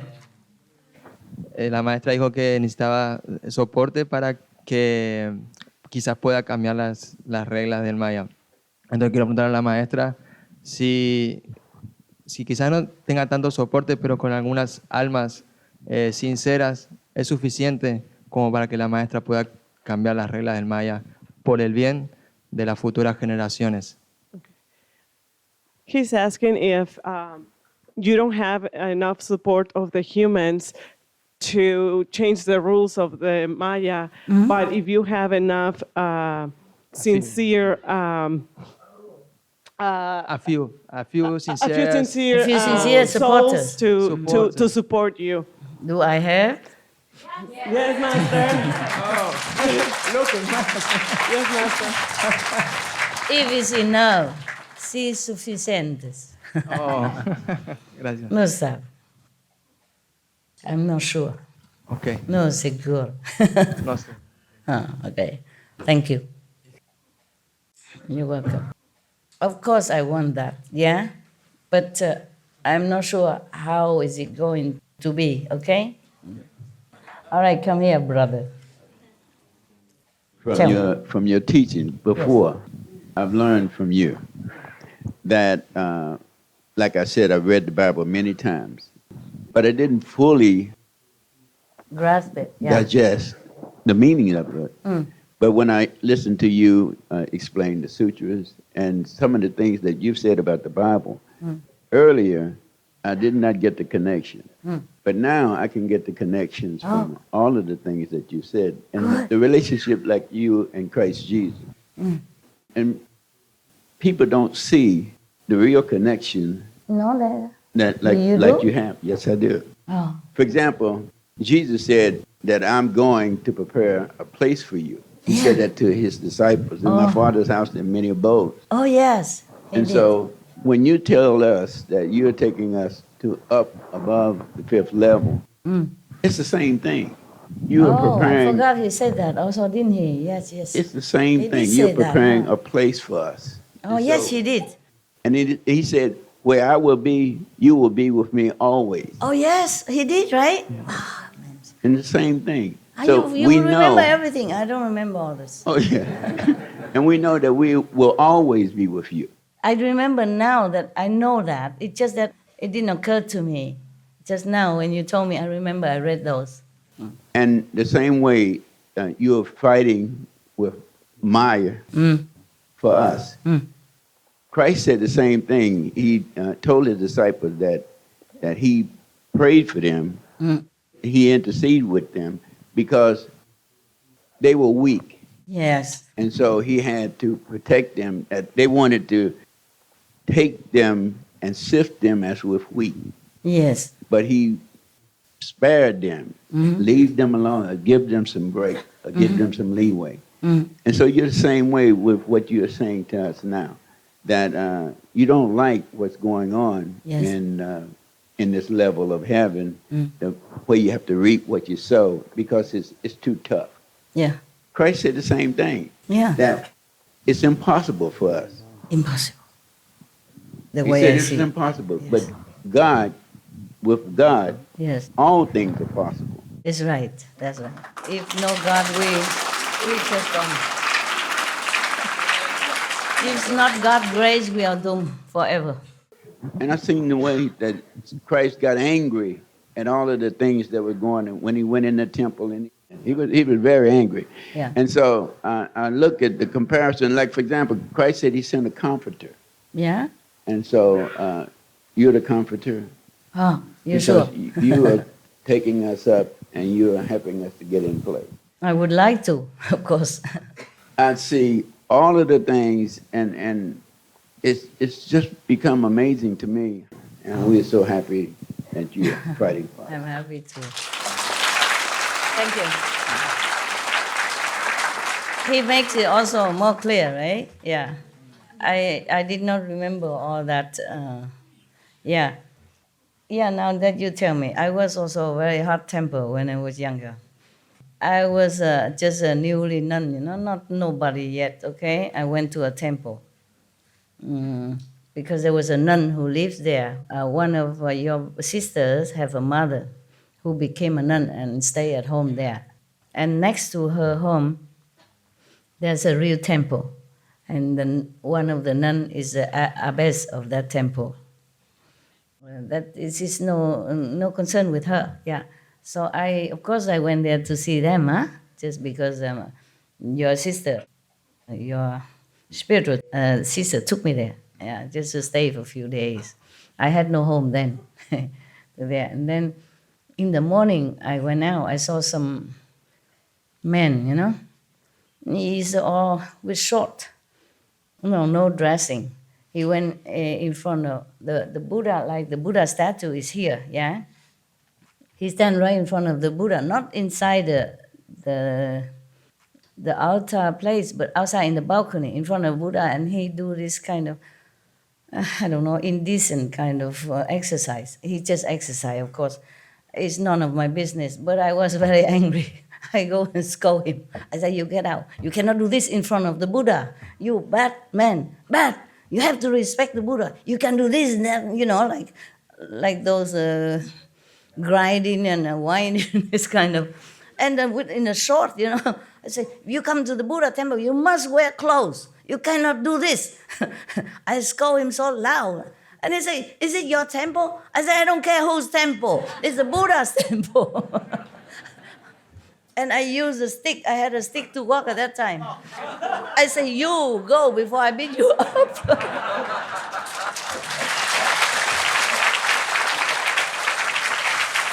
What kind of nun, Not even 1.50 meters. Got a stick and the man is big because he exercise, he's big and muscle. I say, you get out now before I beat you up. And I chase him out of there. Don't come back again, huh? Very bad temper. Oh. But I feel this is very disrespectful of him. There's so many places you can exercise, huh? You don't go in front of the Buddha altar, huh? And then this and that, with just a little short on you or nothing else.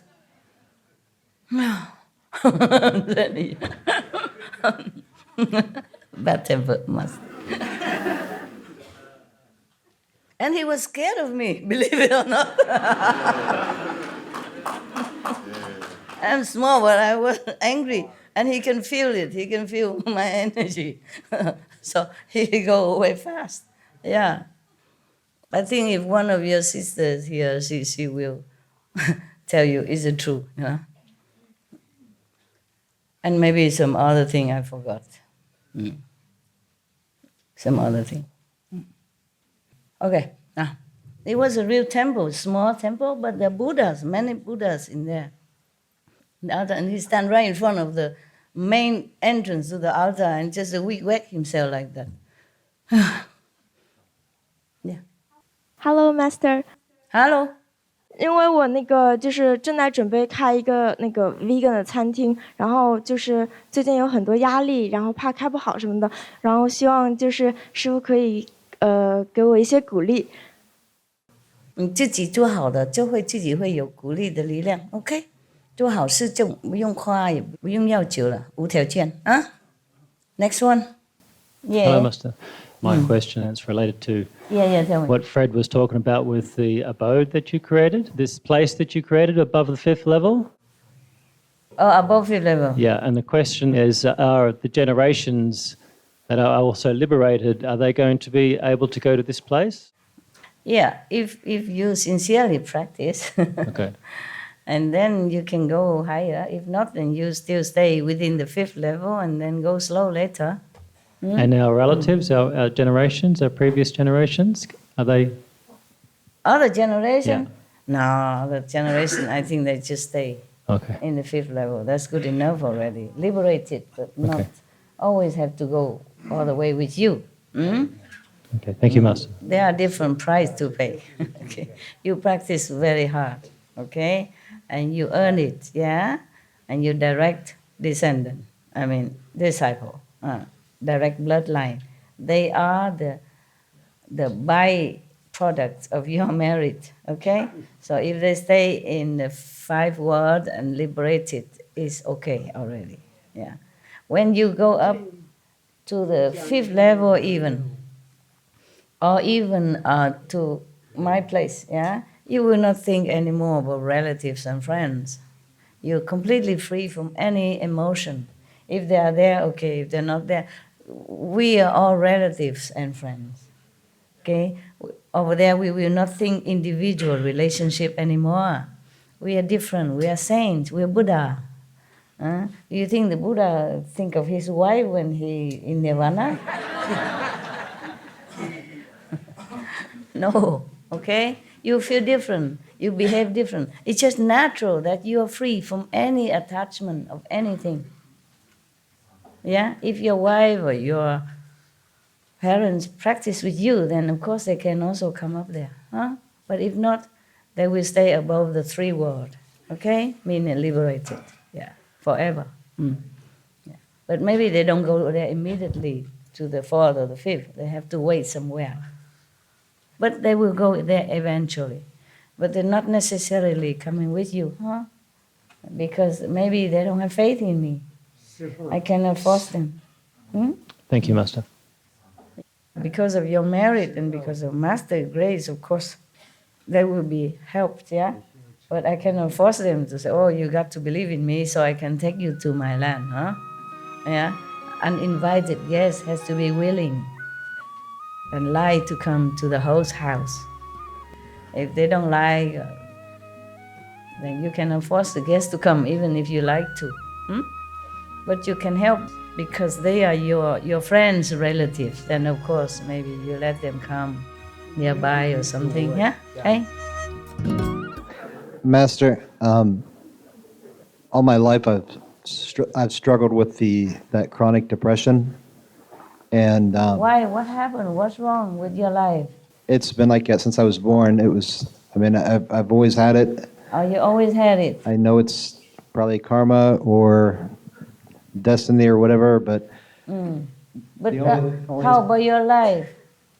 Come here. This is the microphone echo to me.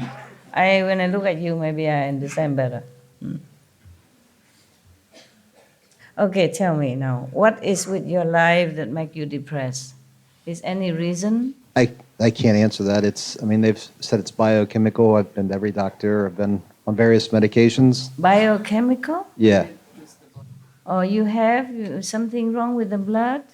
They've prescribed all kinds of medicines. Does it help you? It manages the symptoms, but it doesn't get rid of the depression. Uh-huh.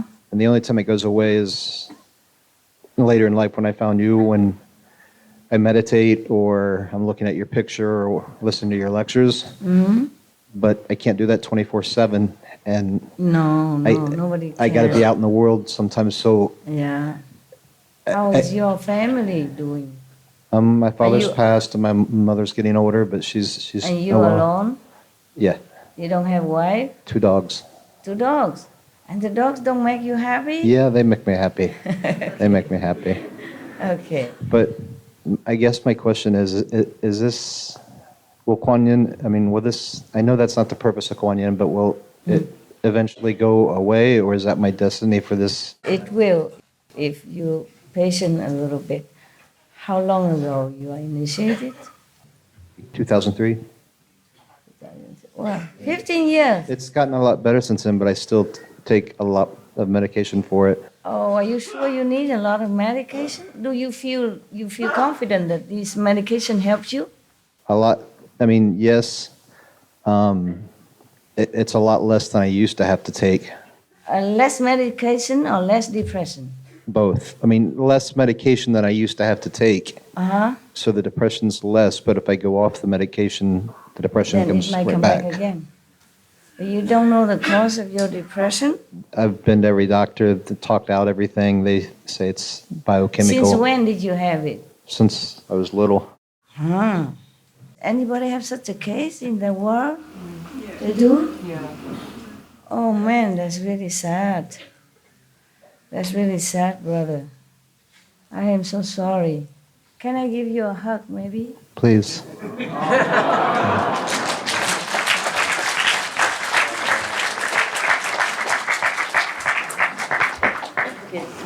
I don't know what else to do for you. I will give you a hug. You try so hard.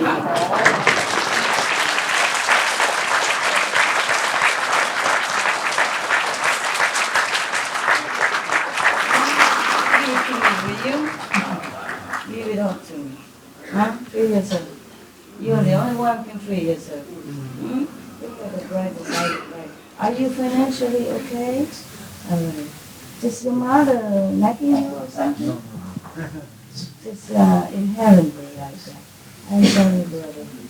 You're so handsome. Maybe find a girlfriend?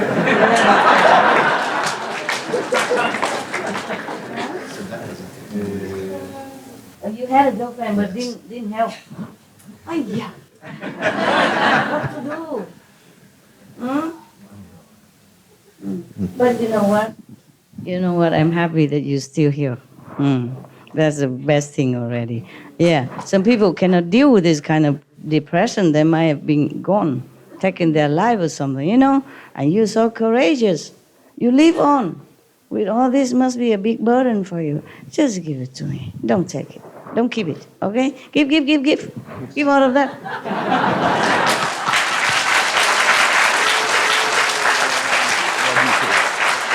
You're so good looking. And so brave. My God. Really, you are brave.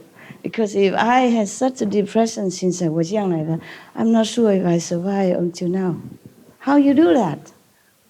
How did you do that? I just know that death wasn't going to be the answer. Yeah, That's the only thing I Wonderful. At least you have wisdom, man. You cool, okay? Sorry that you have to suffer so much. This is where a lot of people suffer. I don't know why. I told you I hate it. Yeah. Live on so that maybe one day we'll find a solution. Yeah.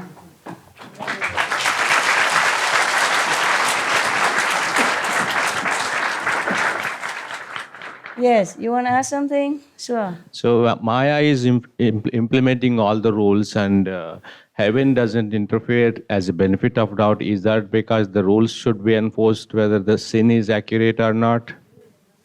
Heaven also fighting with the astral level sometimes, but sometimes they win, sometimes they're not. So heaven should be enforcing the modification of rules, right, Master? Yeah, I know. So, but this world belongs to Maya, that's why. Many people like the Maya. Yeah, right. They support his way of life. They don't support me. Huh? Yes, they did not support Jesus. They did not support the Buddha. I mean, some, but not the whole world, not even the whole India support the Buddha. Right, the population is so much, and the disciples should grow more, and sincerity should increase. It is not all their fault. It's not that they are not sincere, not that they don't meditate. They do all their might already. They have to work. They have to take care of parents, wife, kids, friends, society, right. Job, everything already. And they go out sometimes to help, to do charity work. They do too many things already. Not that they don't do. It's just the Maya is bad. I don't know, this world is like that. If we keep tracking it, then we cannot stop. It will be forever. I'm just angry. Yes. Yeah, I'm just angry even if the Maya is right, even if he's doing his job. I don't like it. That's just my opinion, okay? Thank you, Master. But that doesn't mean my opinion can usurp his authority. Not yet. Maybe later, maybe in the future. I cannot promise, okay? I'm just angry. I just want to do revolution against him, but I don't know, okay? Yes, Master. Not that I'm important. I just want to let you know. No, I'm leaving tomorrow morning. Thank you. It's a small world for whatever you did to all of us in this retreat. You gave like lotteries to all of us, like blessings, and after the ceremony blessings and gift and everything. So thank you. It's a small world, Master. You're welcome, my Thank love. you. You're welcome.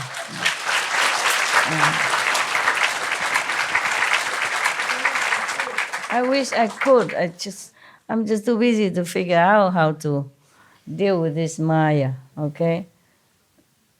I don't know if I'm alone can do anything. The Buddha could not, Jesus could not, other prophet could not. I don't know if I can do anything. We will diligently support you, Master. I know that. I think you do your best already. No one else can be better supporters.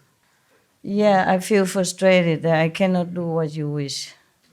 Not immediately like that. Yeah. Master, it's been a privilege and an honor to be here this week for the first time from a Hare Krishna perspective. All the things you've been teaching, working with your disciples, they're a true example of how people should be on earth, as in heaven, so it should be on earth. The disciples you have here are an example to you, and the way you teach them, it's unconditional love. The way a parent raises a child. But the thing that's been so beautiful about this week, this has been the best Christmas ever.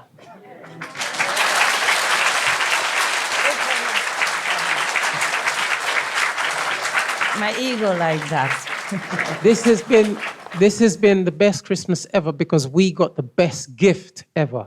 Yeah, you mean the gift?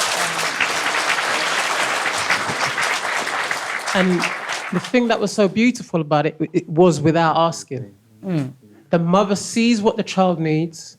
The child may be naughty, the child may be obstinate, but the mother still, with love, takes care of that child. How you know? You just came 1 week. You don't know me. I can be very tough. It's just been absolutely wonderful to be with the God brothers and God sisters, and it's been really, really instructive. And the way everybody was trying to help everybody. Yeah. This is a family. That's the way This is love. And this is how the world needs to be. It's the only way the world is going to change. Hopefully. It's changing. It is changing. Yesterday the news, the peace, yeah? Yes. Peace news in Yemen, that make me very pleased. Changing. No, definitely. It's changing. Yes. Again, there is in Srimad Bhagavad Gita, there's a foretelling of the finishing of Kali Yuga, the Iron Age, and the beginning of the Golden Age. And on Supreme Master Television, they've been talking about this. And it says the incarnation that will come will simultaneously finish Kali Yuga, the Iron Age, where we're in, and simultaneously start Sattva Yuga. There is only one incarnation that's going to do this. And we all know who this is. It is the Supreme Master.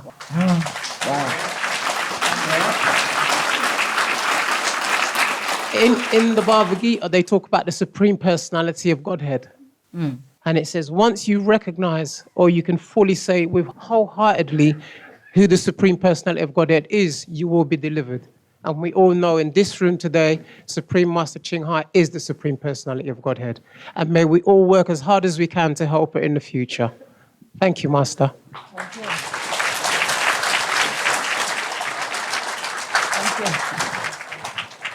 I hope I don't disappoint you. I just want to serve the Maya, but maybe he's good for something. Master, you can't disappoint us, and it doesn't matter about you can overthrow the rule of Maya, because you fight for us, you defend us, you guide us, you advocate us, and I know I speak for so many people. That is so much, and we appreciate. And all the people who aren't your followers might not know to appreciate, but you know, you'd fight for them and you defend them too. And it's not what you can do, but it's what your intention is. And thank you for being you. Oh, wow, you guys make my day. I'm so glad that at least I have some friends. Okay, I'm doing my best, you're doing your best. That's all we can do, huh? We are trapped in here still, even though our soul is free. The time of initiation, you're free. It's still connected with the soul. There's a cord connecting. When it's severed, then you're gone. Yeah, and you're still connected. We are free. Yeah, it's just we have to wait for the prison gate to open to be completely free. It's just the process is going. Yeah, but then we are still trapped in here. No. You know you're going to be out of prison, but we still need to stay here, abide the prison rules and all that, and it's really gruesome. 1 day in prison, they say, is like the 1,000 years outside. That's what they say. 1,000 years in freedom is equal to 1 day in prison. The same with us here. Yeah.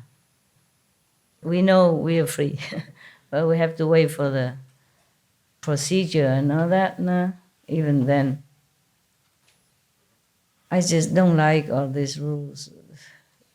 Even if it's for training, you know, even if for training, for good purpose, like for the people being to train themselves to be good, to become a Buddha even. This is too gruesome. Too taxing, you know, on any soul at all. And how can anyone ever make it? If it's not for God's grace or the Buddha's mercy, how can anybody ever make it? Look, it's so much meditation, one stage after another, and still in the Maya trap. And could even go to hell for that. Who can even support this system? But the way the world people behave, they're supporting it. They support alcoholism. They support torturing animals. All the vice. Everything. I support all the bad things. Yeah? Okay. All the vices, she said. Yeah. That means I support Maya. Maya making all this to seduce people, to entrap beings into the vicious circle of, life and death and punishment, torture, hell, all that. Even anybody would say, okay, hell is your own making, it's illusion, but it's really hell.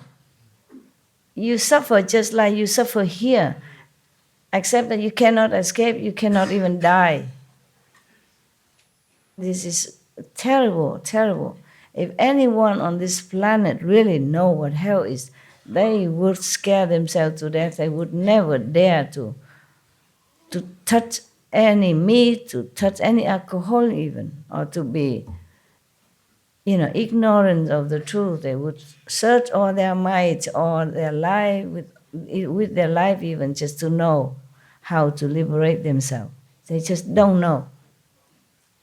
No one is allowed to know even what hell is like, except only some who has been there, and because of Buddha or Bodhisattva interference, are allowed to come back to tell. Just like some people, a near-death experience, yeah? Not all of them come back, tell you. Just some are allowed to come back to tell you the story of what the heaven is like. And these are just maybe astral heaven even. And they like it so much that some come back here just crying for weeks on end because they don't want to stay in this world. It's so suffering for them compared to that heaven that they have been to. Yes, brother. After Master has smashed the mind controlling engine, people are receiving tremendous amount of energy onto the planet, and now it is very, very easy to make anybody vegan. Earlier we had to shout and tell them, still they don't understand. Now people are going towards organic diet, and they're going to Whole Foods and all organic vegan diet, and now the speed has increased. People are consciousness towards animals and everything. The activity has increased tremendously in the last 2 years itself. Yeah, even Vietnam, they protect animals now. Right. So if we go at this speed, probably in the next 5 years. Maybe no more of meat. Yeah, that's correct, Master. Yes. Yeah, who knows? Yes. Thank you.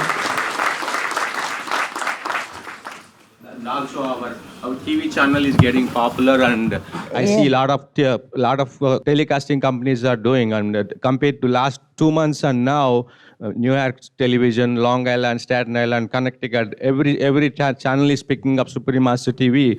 One day will come and everybody will watch Supreme Master TV. Right. Correct. Gracias. Korea. 안녕하세요. 예, 안녕하세요. 2010년에 오게닉 비건 CORP를 설립을 했습니다. In 2010, he made a company named Organic Vegan. Organic vegan. Oh, got it. 예. 이번 9월 달에 볼티모어 도시에서 내추럴 프로덕스 엑스포가 있었습니다. 거기에 첫 출품을 했습니다. This September, he went to Baltimore, and there was an organic food expo, and he showed his product at there first time. 한국에 유기가공식품 12개 대표 업체가 갔는데 거기서 유일하게 저희 오게닉 비건사가 인정을 받았습니다. Yeah, and there was 12 company from Korea, organic company. Only one company, his company, was selected. Accepted. Yeah. Wow, congratulations. Yeah.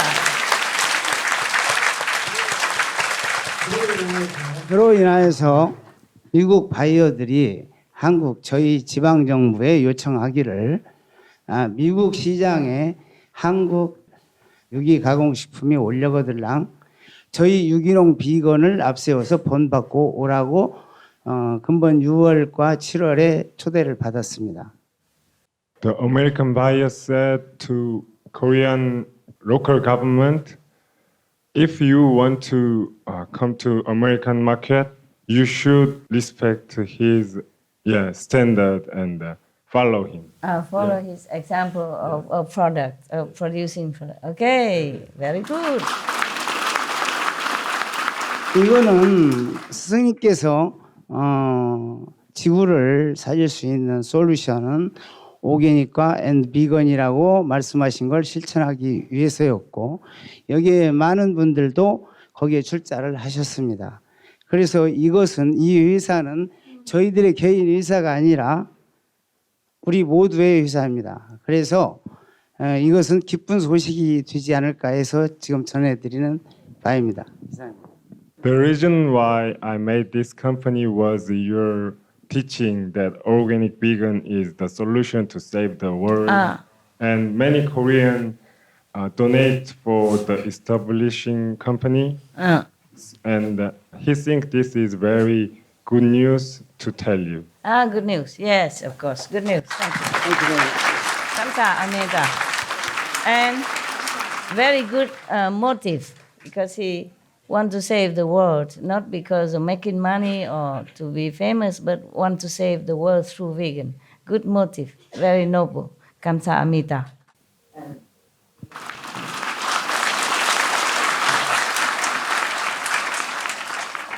If you have good motive, then it's more likely to be a success, okay?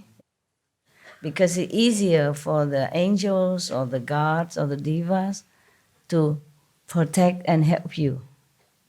If you have a lower motive, then the Maya will make trouble.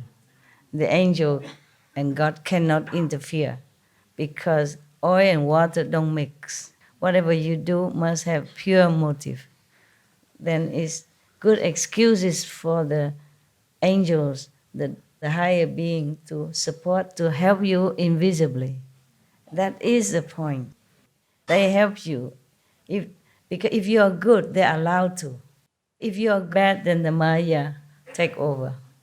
Yeah. It's not just even bad, but like not a very noble goal or motive. Then it's a good excuse for Maya to help you in different way. Yeah, you go astray. So there are two sides, left or right. Okay.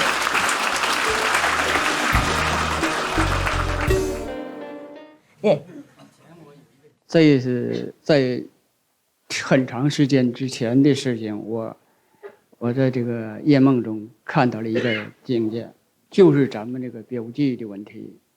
我在一个站台上，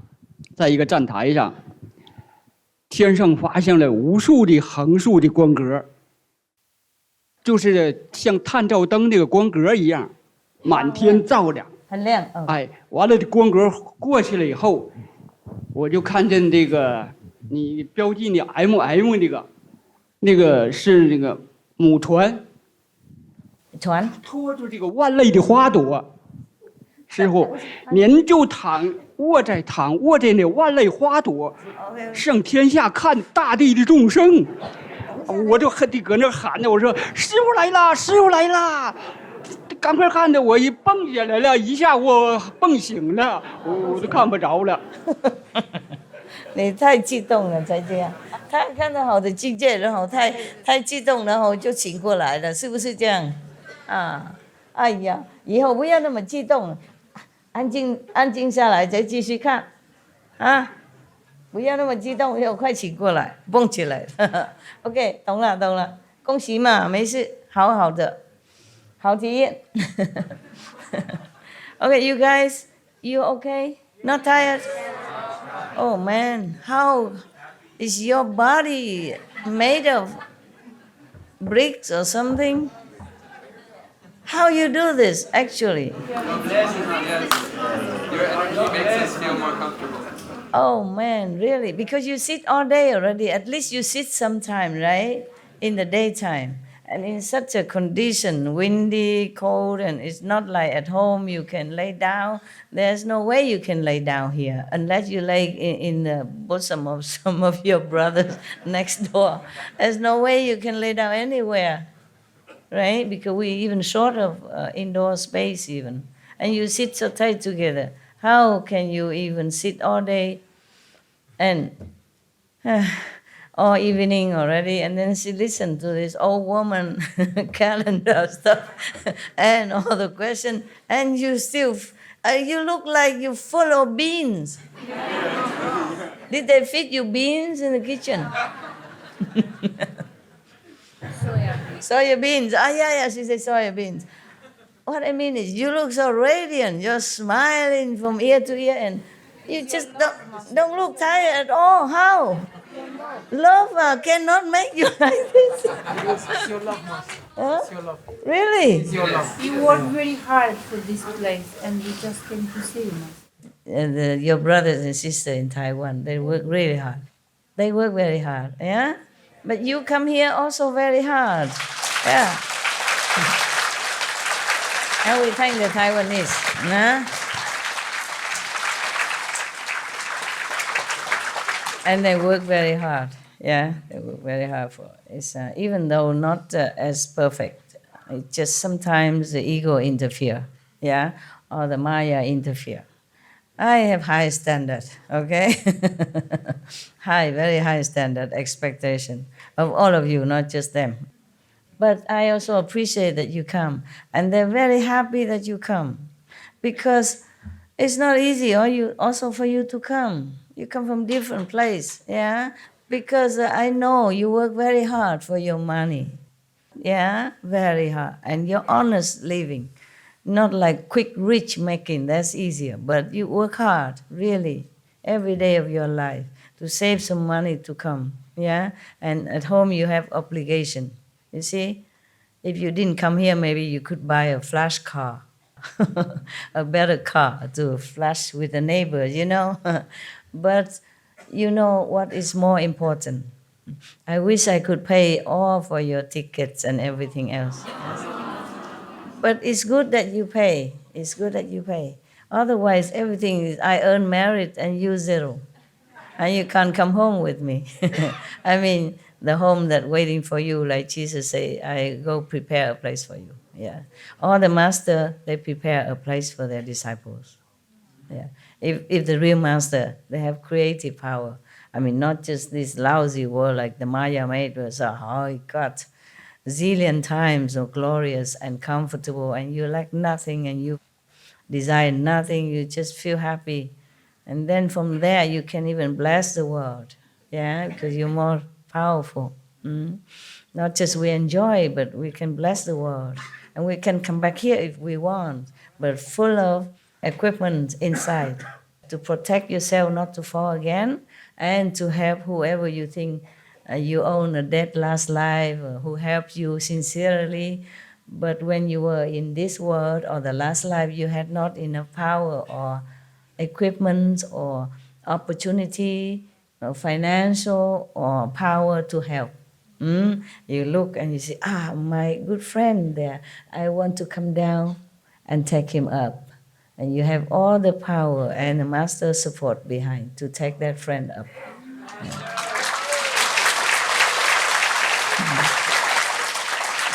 That's a good thing. That's a good thing about it. You don't have to come down to be a master or anything, but you come down with power to help whoever you think it was good for you. You have enough power to do that. Yeah, you don't have to be well known or famous, preacher, nothing.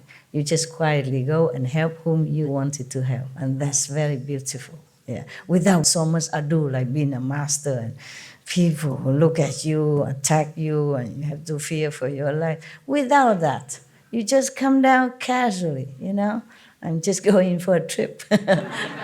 And then you take up whomever you like to, okay? Good, huh? Yeah. Good deal.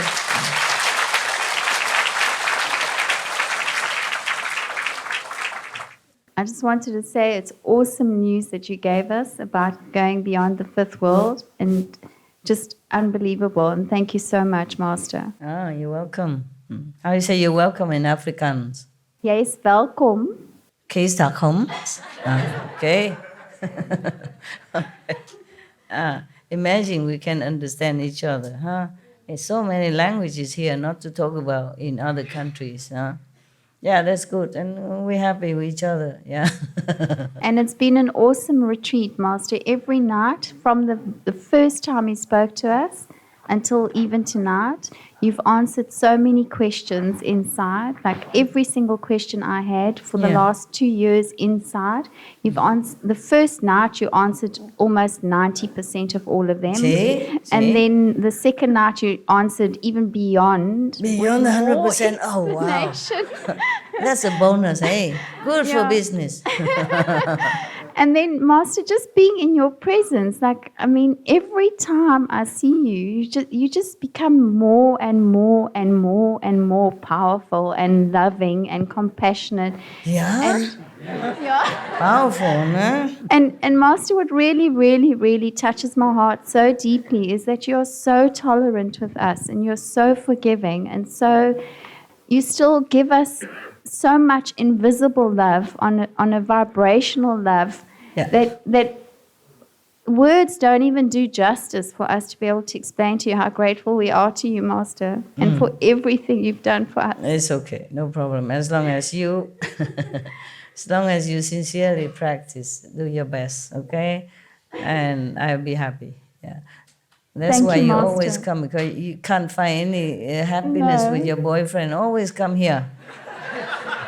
Yeah. Master, you are my one true love. Oh, yeah.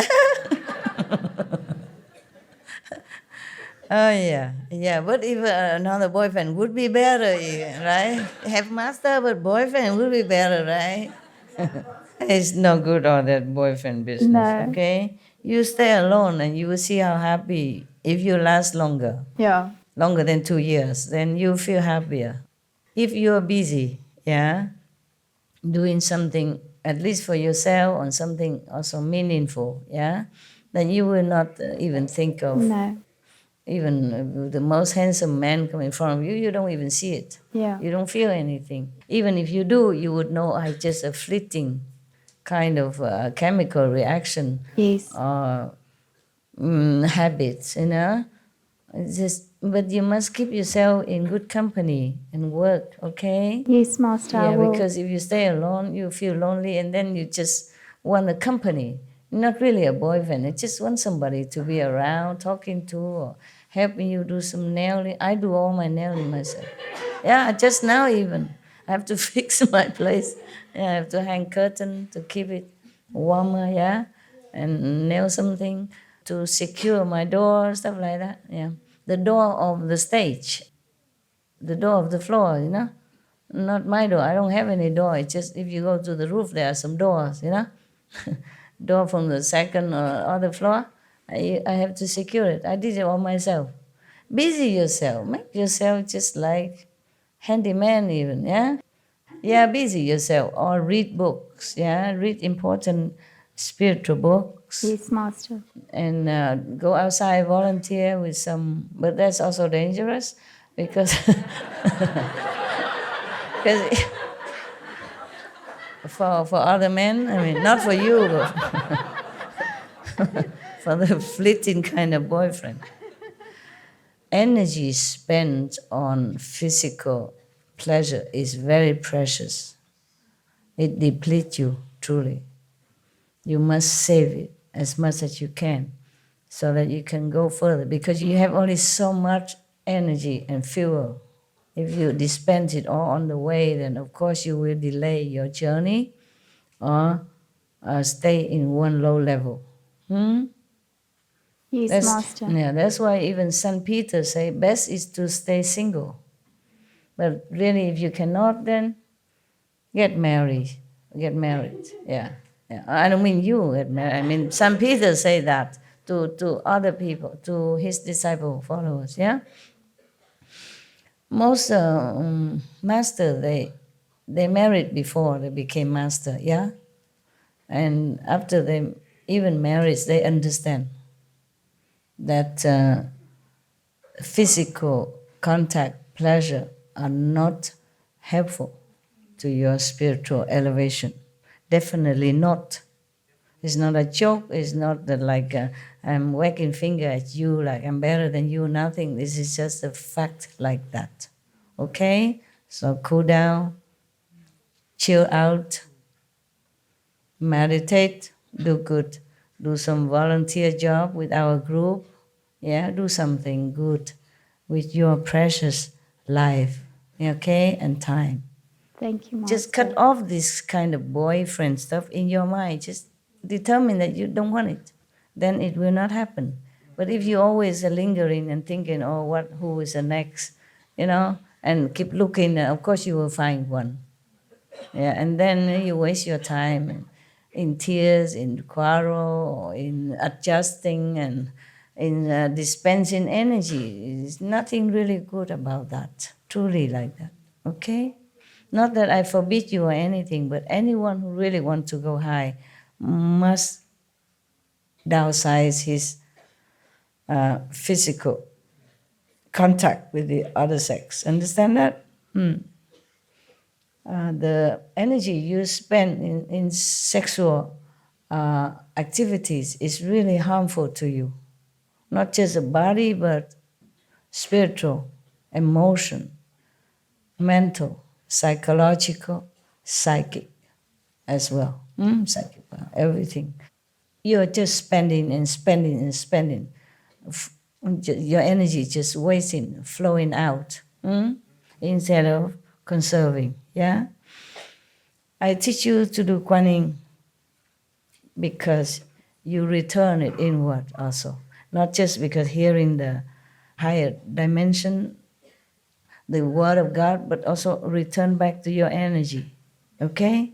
Through the Kuan Yin activity, yeah? That's why most people, when they meditate, they put their legs together and the palm together somewhere, okay? Yes.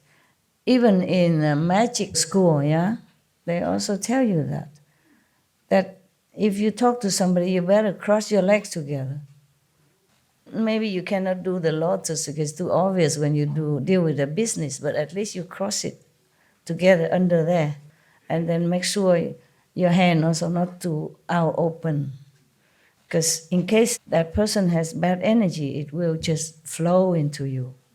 And you are dispensing by leaving yourself open and vulnerable.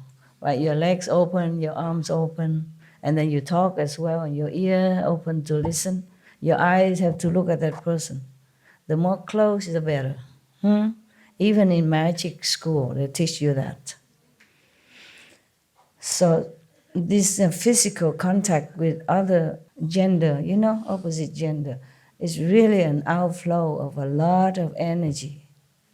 You concentrate your all on that act, yeah, or you will feel frustrated or not satisfied. And when you concentrate your all on that, then you are just here. You're just in that act. You're just in the physical dimension. At least for that moment or that time you spend with your physical partner, you leave heaven. You left your true self. You forget higher dimension. And we don't have a lot of time.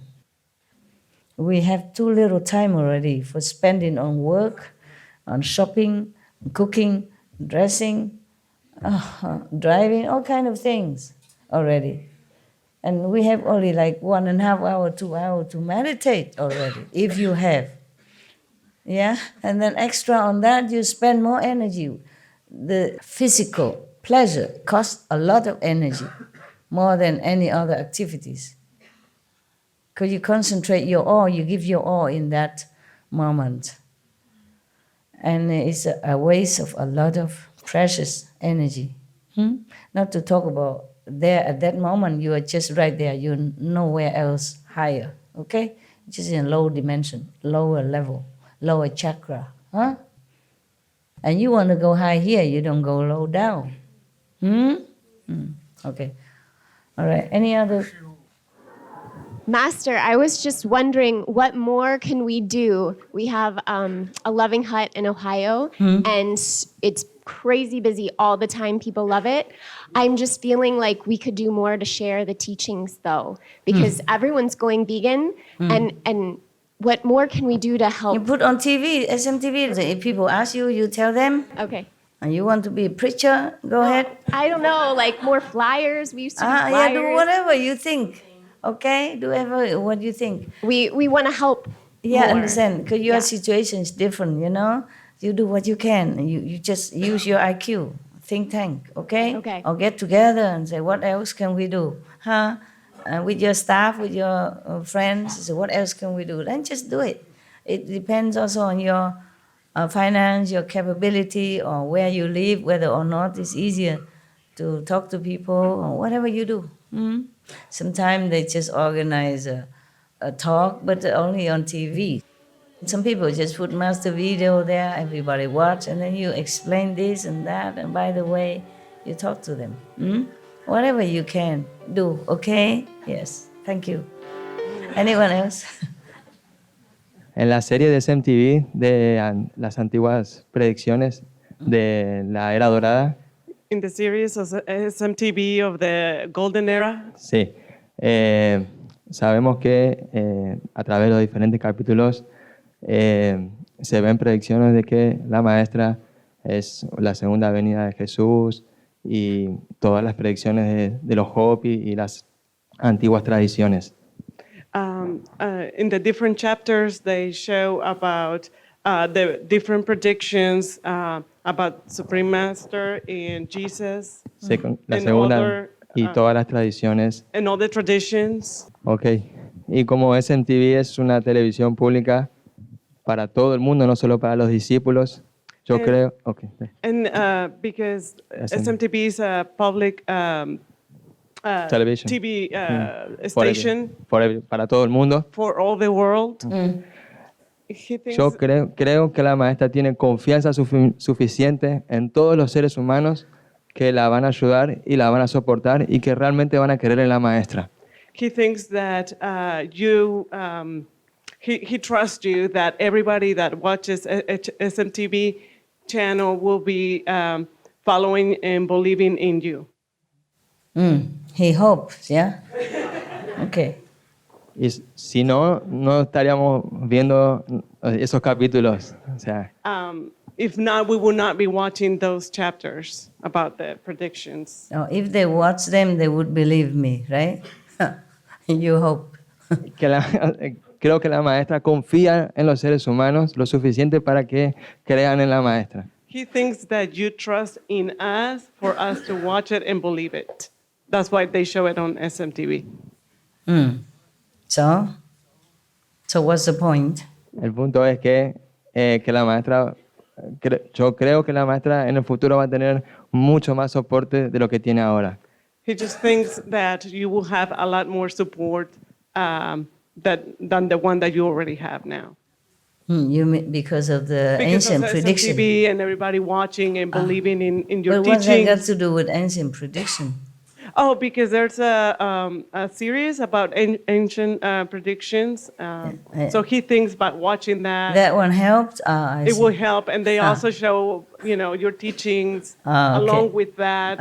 Okay. And he thinks that, He hopes, yes. Yeah. Okay. When Buddha was alive, sometimes he used his power to fly in the air even. His disciple fly in the air, go through stones, walk through stones like nothing. And how many people believe in the Buddha? It seems a lot, but not a lot. When Jesus was alive, he brought the dead back to life. He cured the blind, physically. He broke a small little seaweed into, he fed 500 people. Physically, directly in front of them. How many people believe him because of that? We just show what we show, okay? Just for education, for interesting program. Just show the truth. Whatever we show, it's just the truth. But it's not necessary people believe in that. If they do, of course, it's good. Yeah, it's a very interesting program. Yeah, and just show the truth. Yeah, and it is very good that. Yeah, I'm also amazed when I saw the last one. You know, I said, "My God, where did they find all this prediction?" Yeah, the staff are amazing. You know. Yes.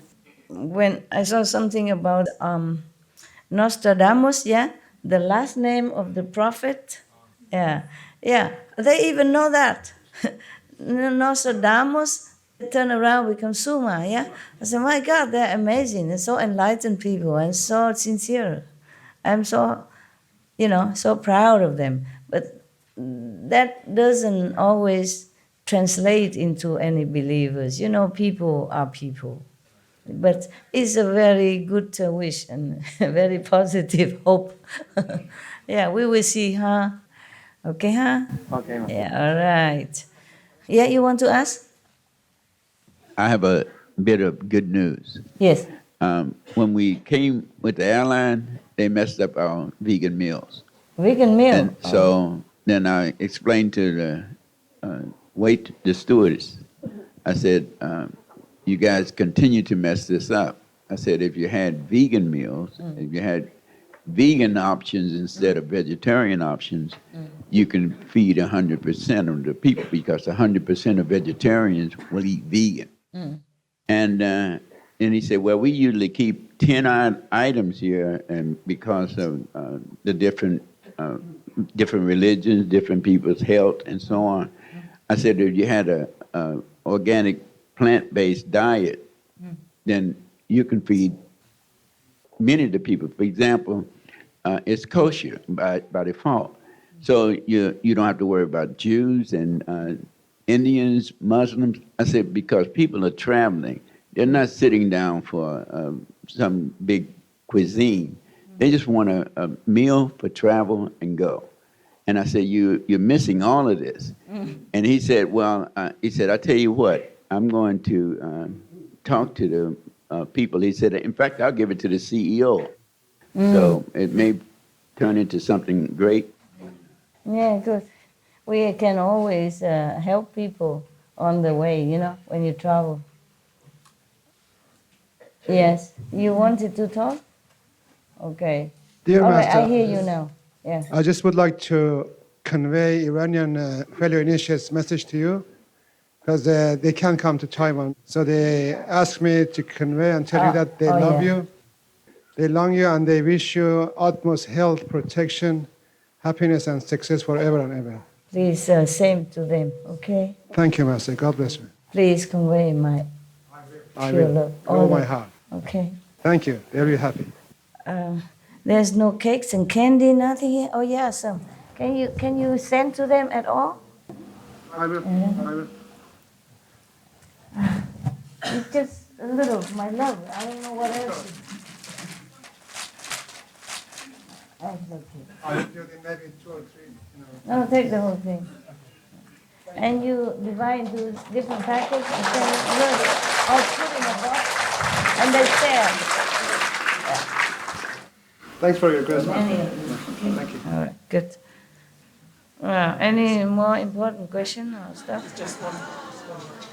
I like what the brother had to say. We need to understand that SMTV is the medicine for this world today. Okay.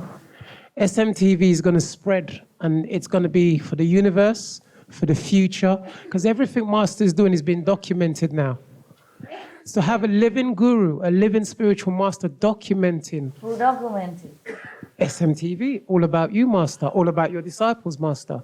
The more people see, the more people will get. Even having SMTV just playing on your computer in a room, the energy changes. Yeah. The same way Maya works, the molecular structure of most things in our young people, they hear the same things over and over and over. It's played at a certain decibel.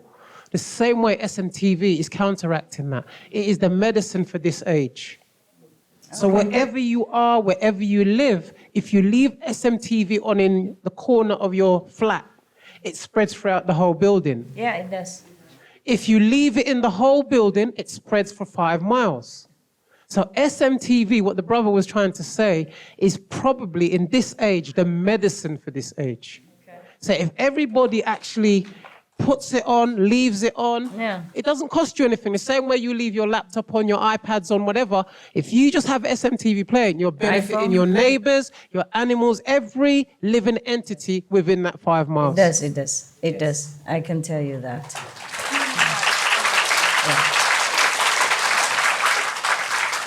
That's why Maya tried to even disrupt me in one of those first days of my first retreat ever seen in Taiwan, you know. Suddenly the SMTV just blocked out and just noise, just a home like that. Because he does it so discreetly, you know. So I asked heaven, oh, what is that? Who dared to do that? He say Maya. I say, why does he do that? And they said, because you and the SMTV form the ring of protection everywhere. He tried to scare you out of it, you know. I leave very low volume because I meditate, you know, I just leave it on low volume. And then they make it like big, I mean, in the whole room, you know, is reverberated with like a big loudspeaker everywhere in the room, just like that. And then I asked Maya himself, what are you doing? And the entity said to me, television noisy, too noisy for you. I stopped the television. Understand? Heaven say no, he want to stop the energy, break the protection ring. Of course I knew that also, but sometimes the Maya is very tricky, you know. He does things, but he hides his hand. Maybe you're thinking he's in trouble with your TV. He's not. Just like he make a little bird, you know, make a trumpeting like an elephant, just to disturb me. TV is too noisy for you. Even call me master and all that, as if he's some very good being or angel or something. TV is too noisy for master. Sometimes he can disguise, make himself look like he's concerned about me. I know the trick. Tell him lie and all that, you know. I say, I have no respect for you. You're just too much, you know, below the dignity even for Maya. Okay, but sometimes he cannot hide. If I tell him, ask him directly, he has to admit it. Yeah. First he say he's an angel, he's a whatever, you know. I say, tell me the truth. And then he has to tell me, it's Maya. Because he knows I can find out, you know. Are you guys okay? All right. I don't really want to leave you also because you came here only 1 week, you know, and you're leaving already, you know, tomorrow, right? Some of you. Yeah. Okay. Do you have many Indians, brother, around you? I do. Or just your... These are precious for your family and initiates, Indian initiates in your area or send back to India. Just my love. Thank you. It's not much really. All right? Thank you. Nah, don't be jealous. Be happy. Thank you. Love you.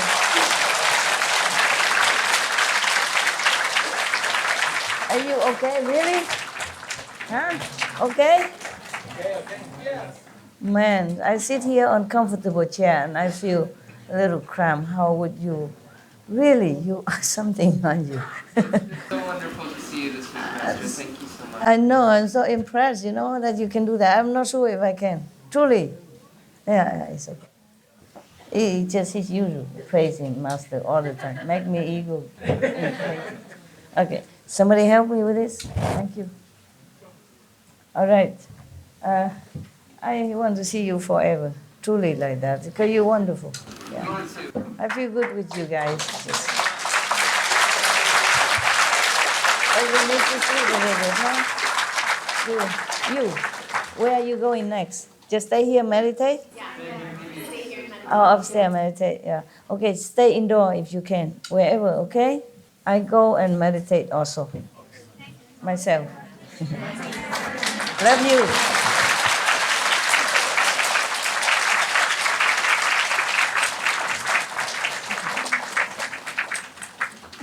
Take care of old teacher, okay? 照顾老师啦，那个老大的老师哈。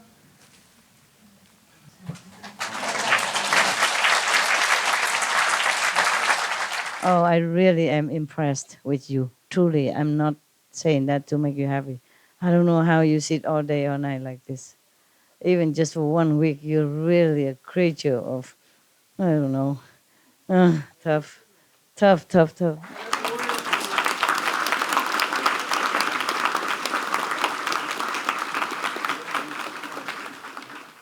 I will forever love you through all the world, through all the lovers, through all the beauties that you so adore, through all the beauties that you so adore.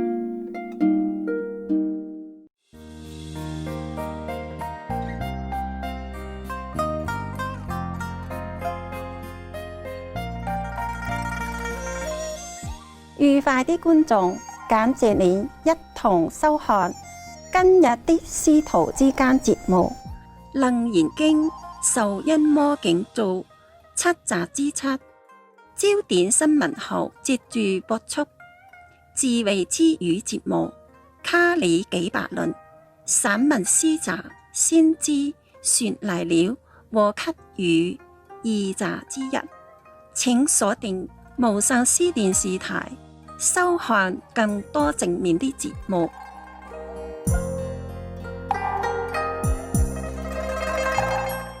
祝你的生活充滿無條件的愛與仁慈。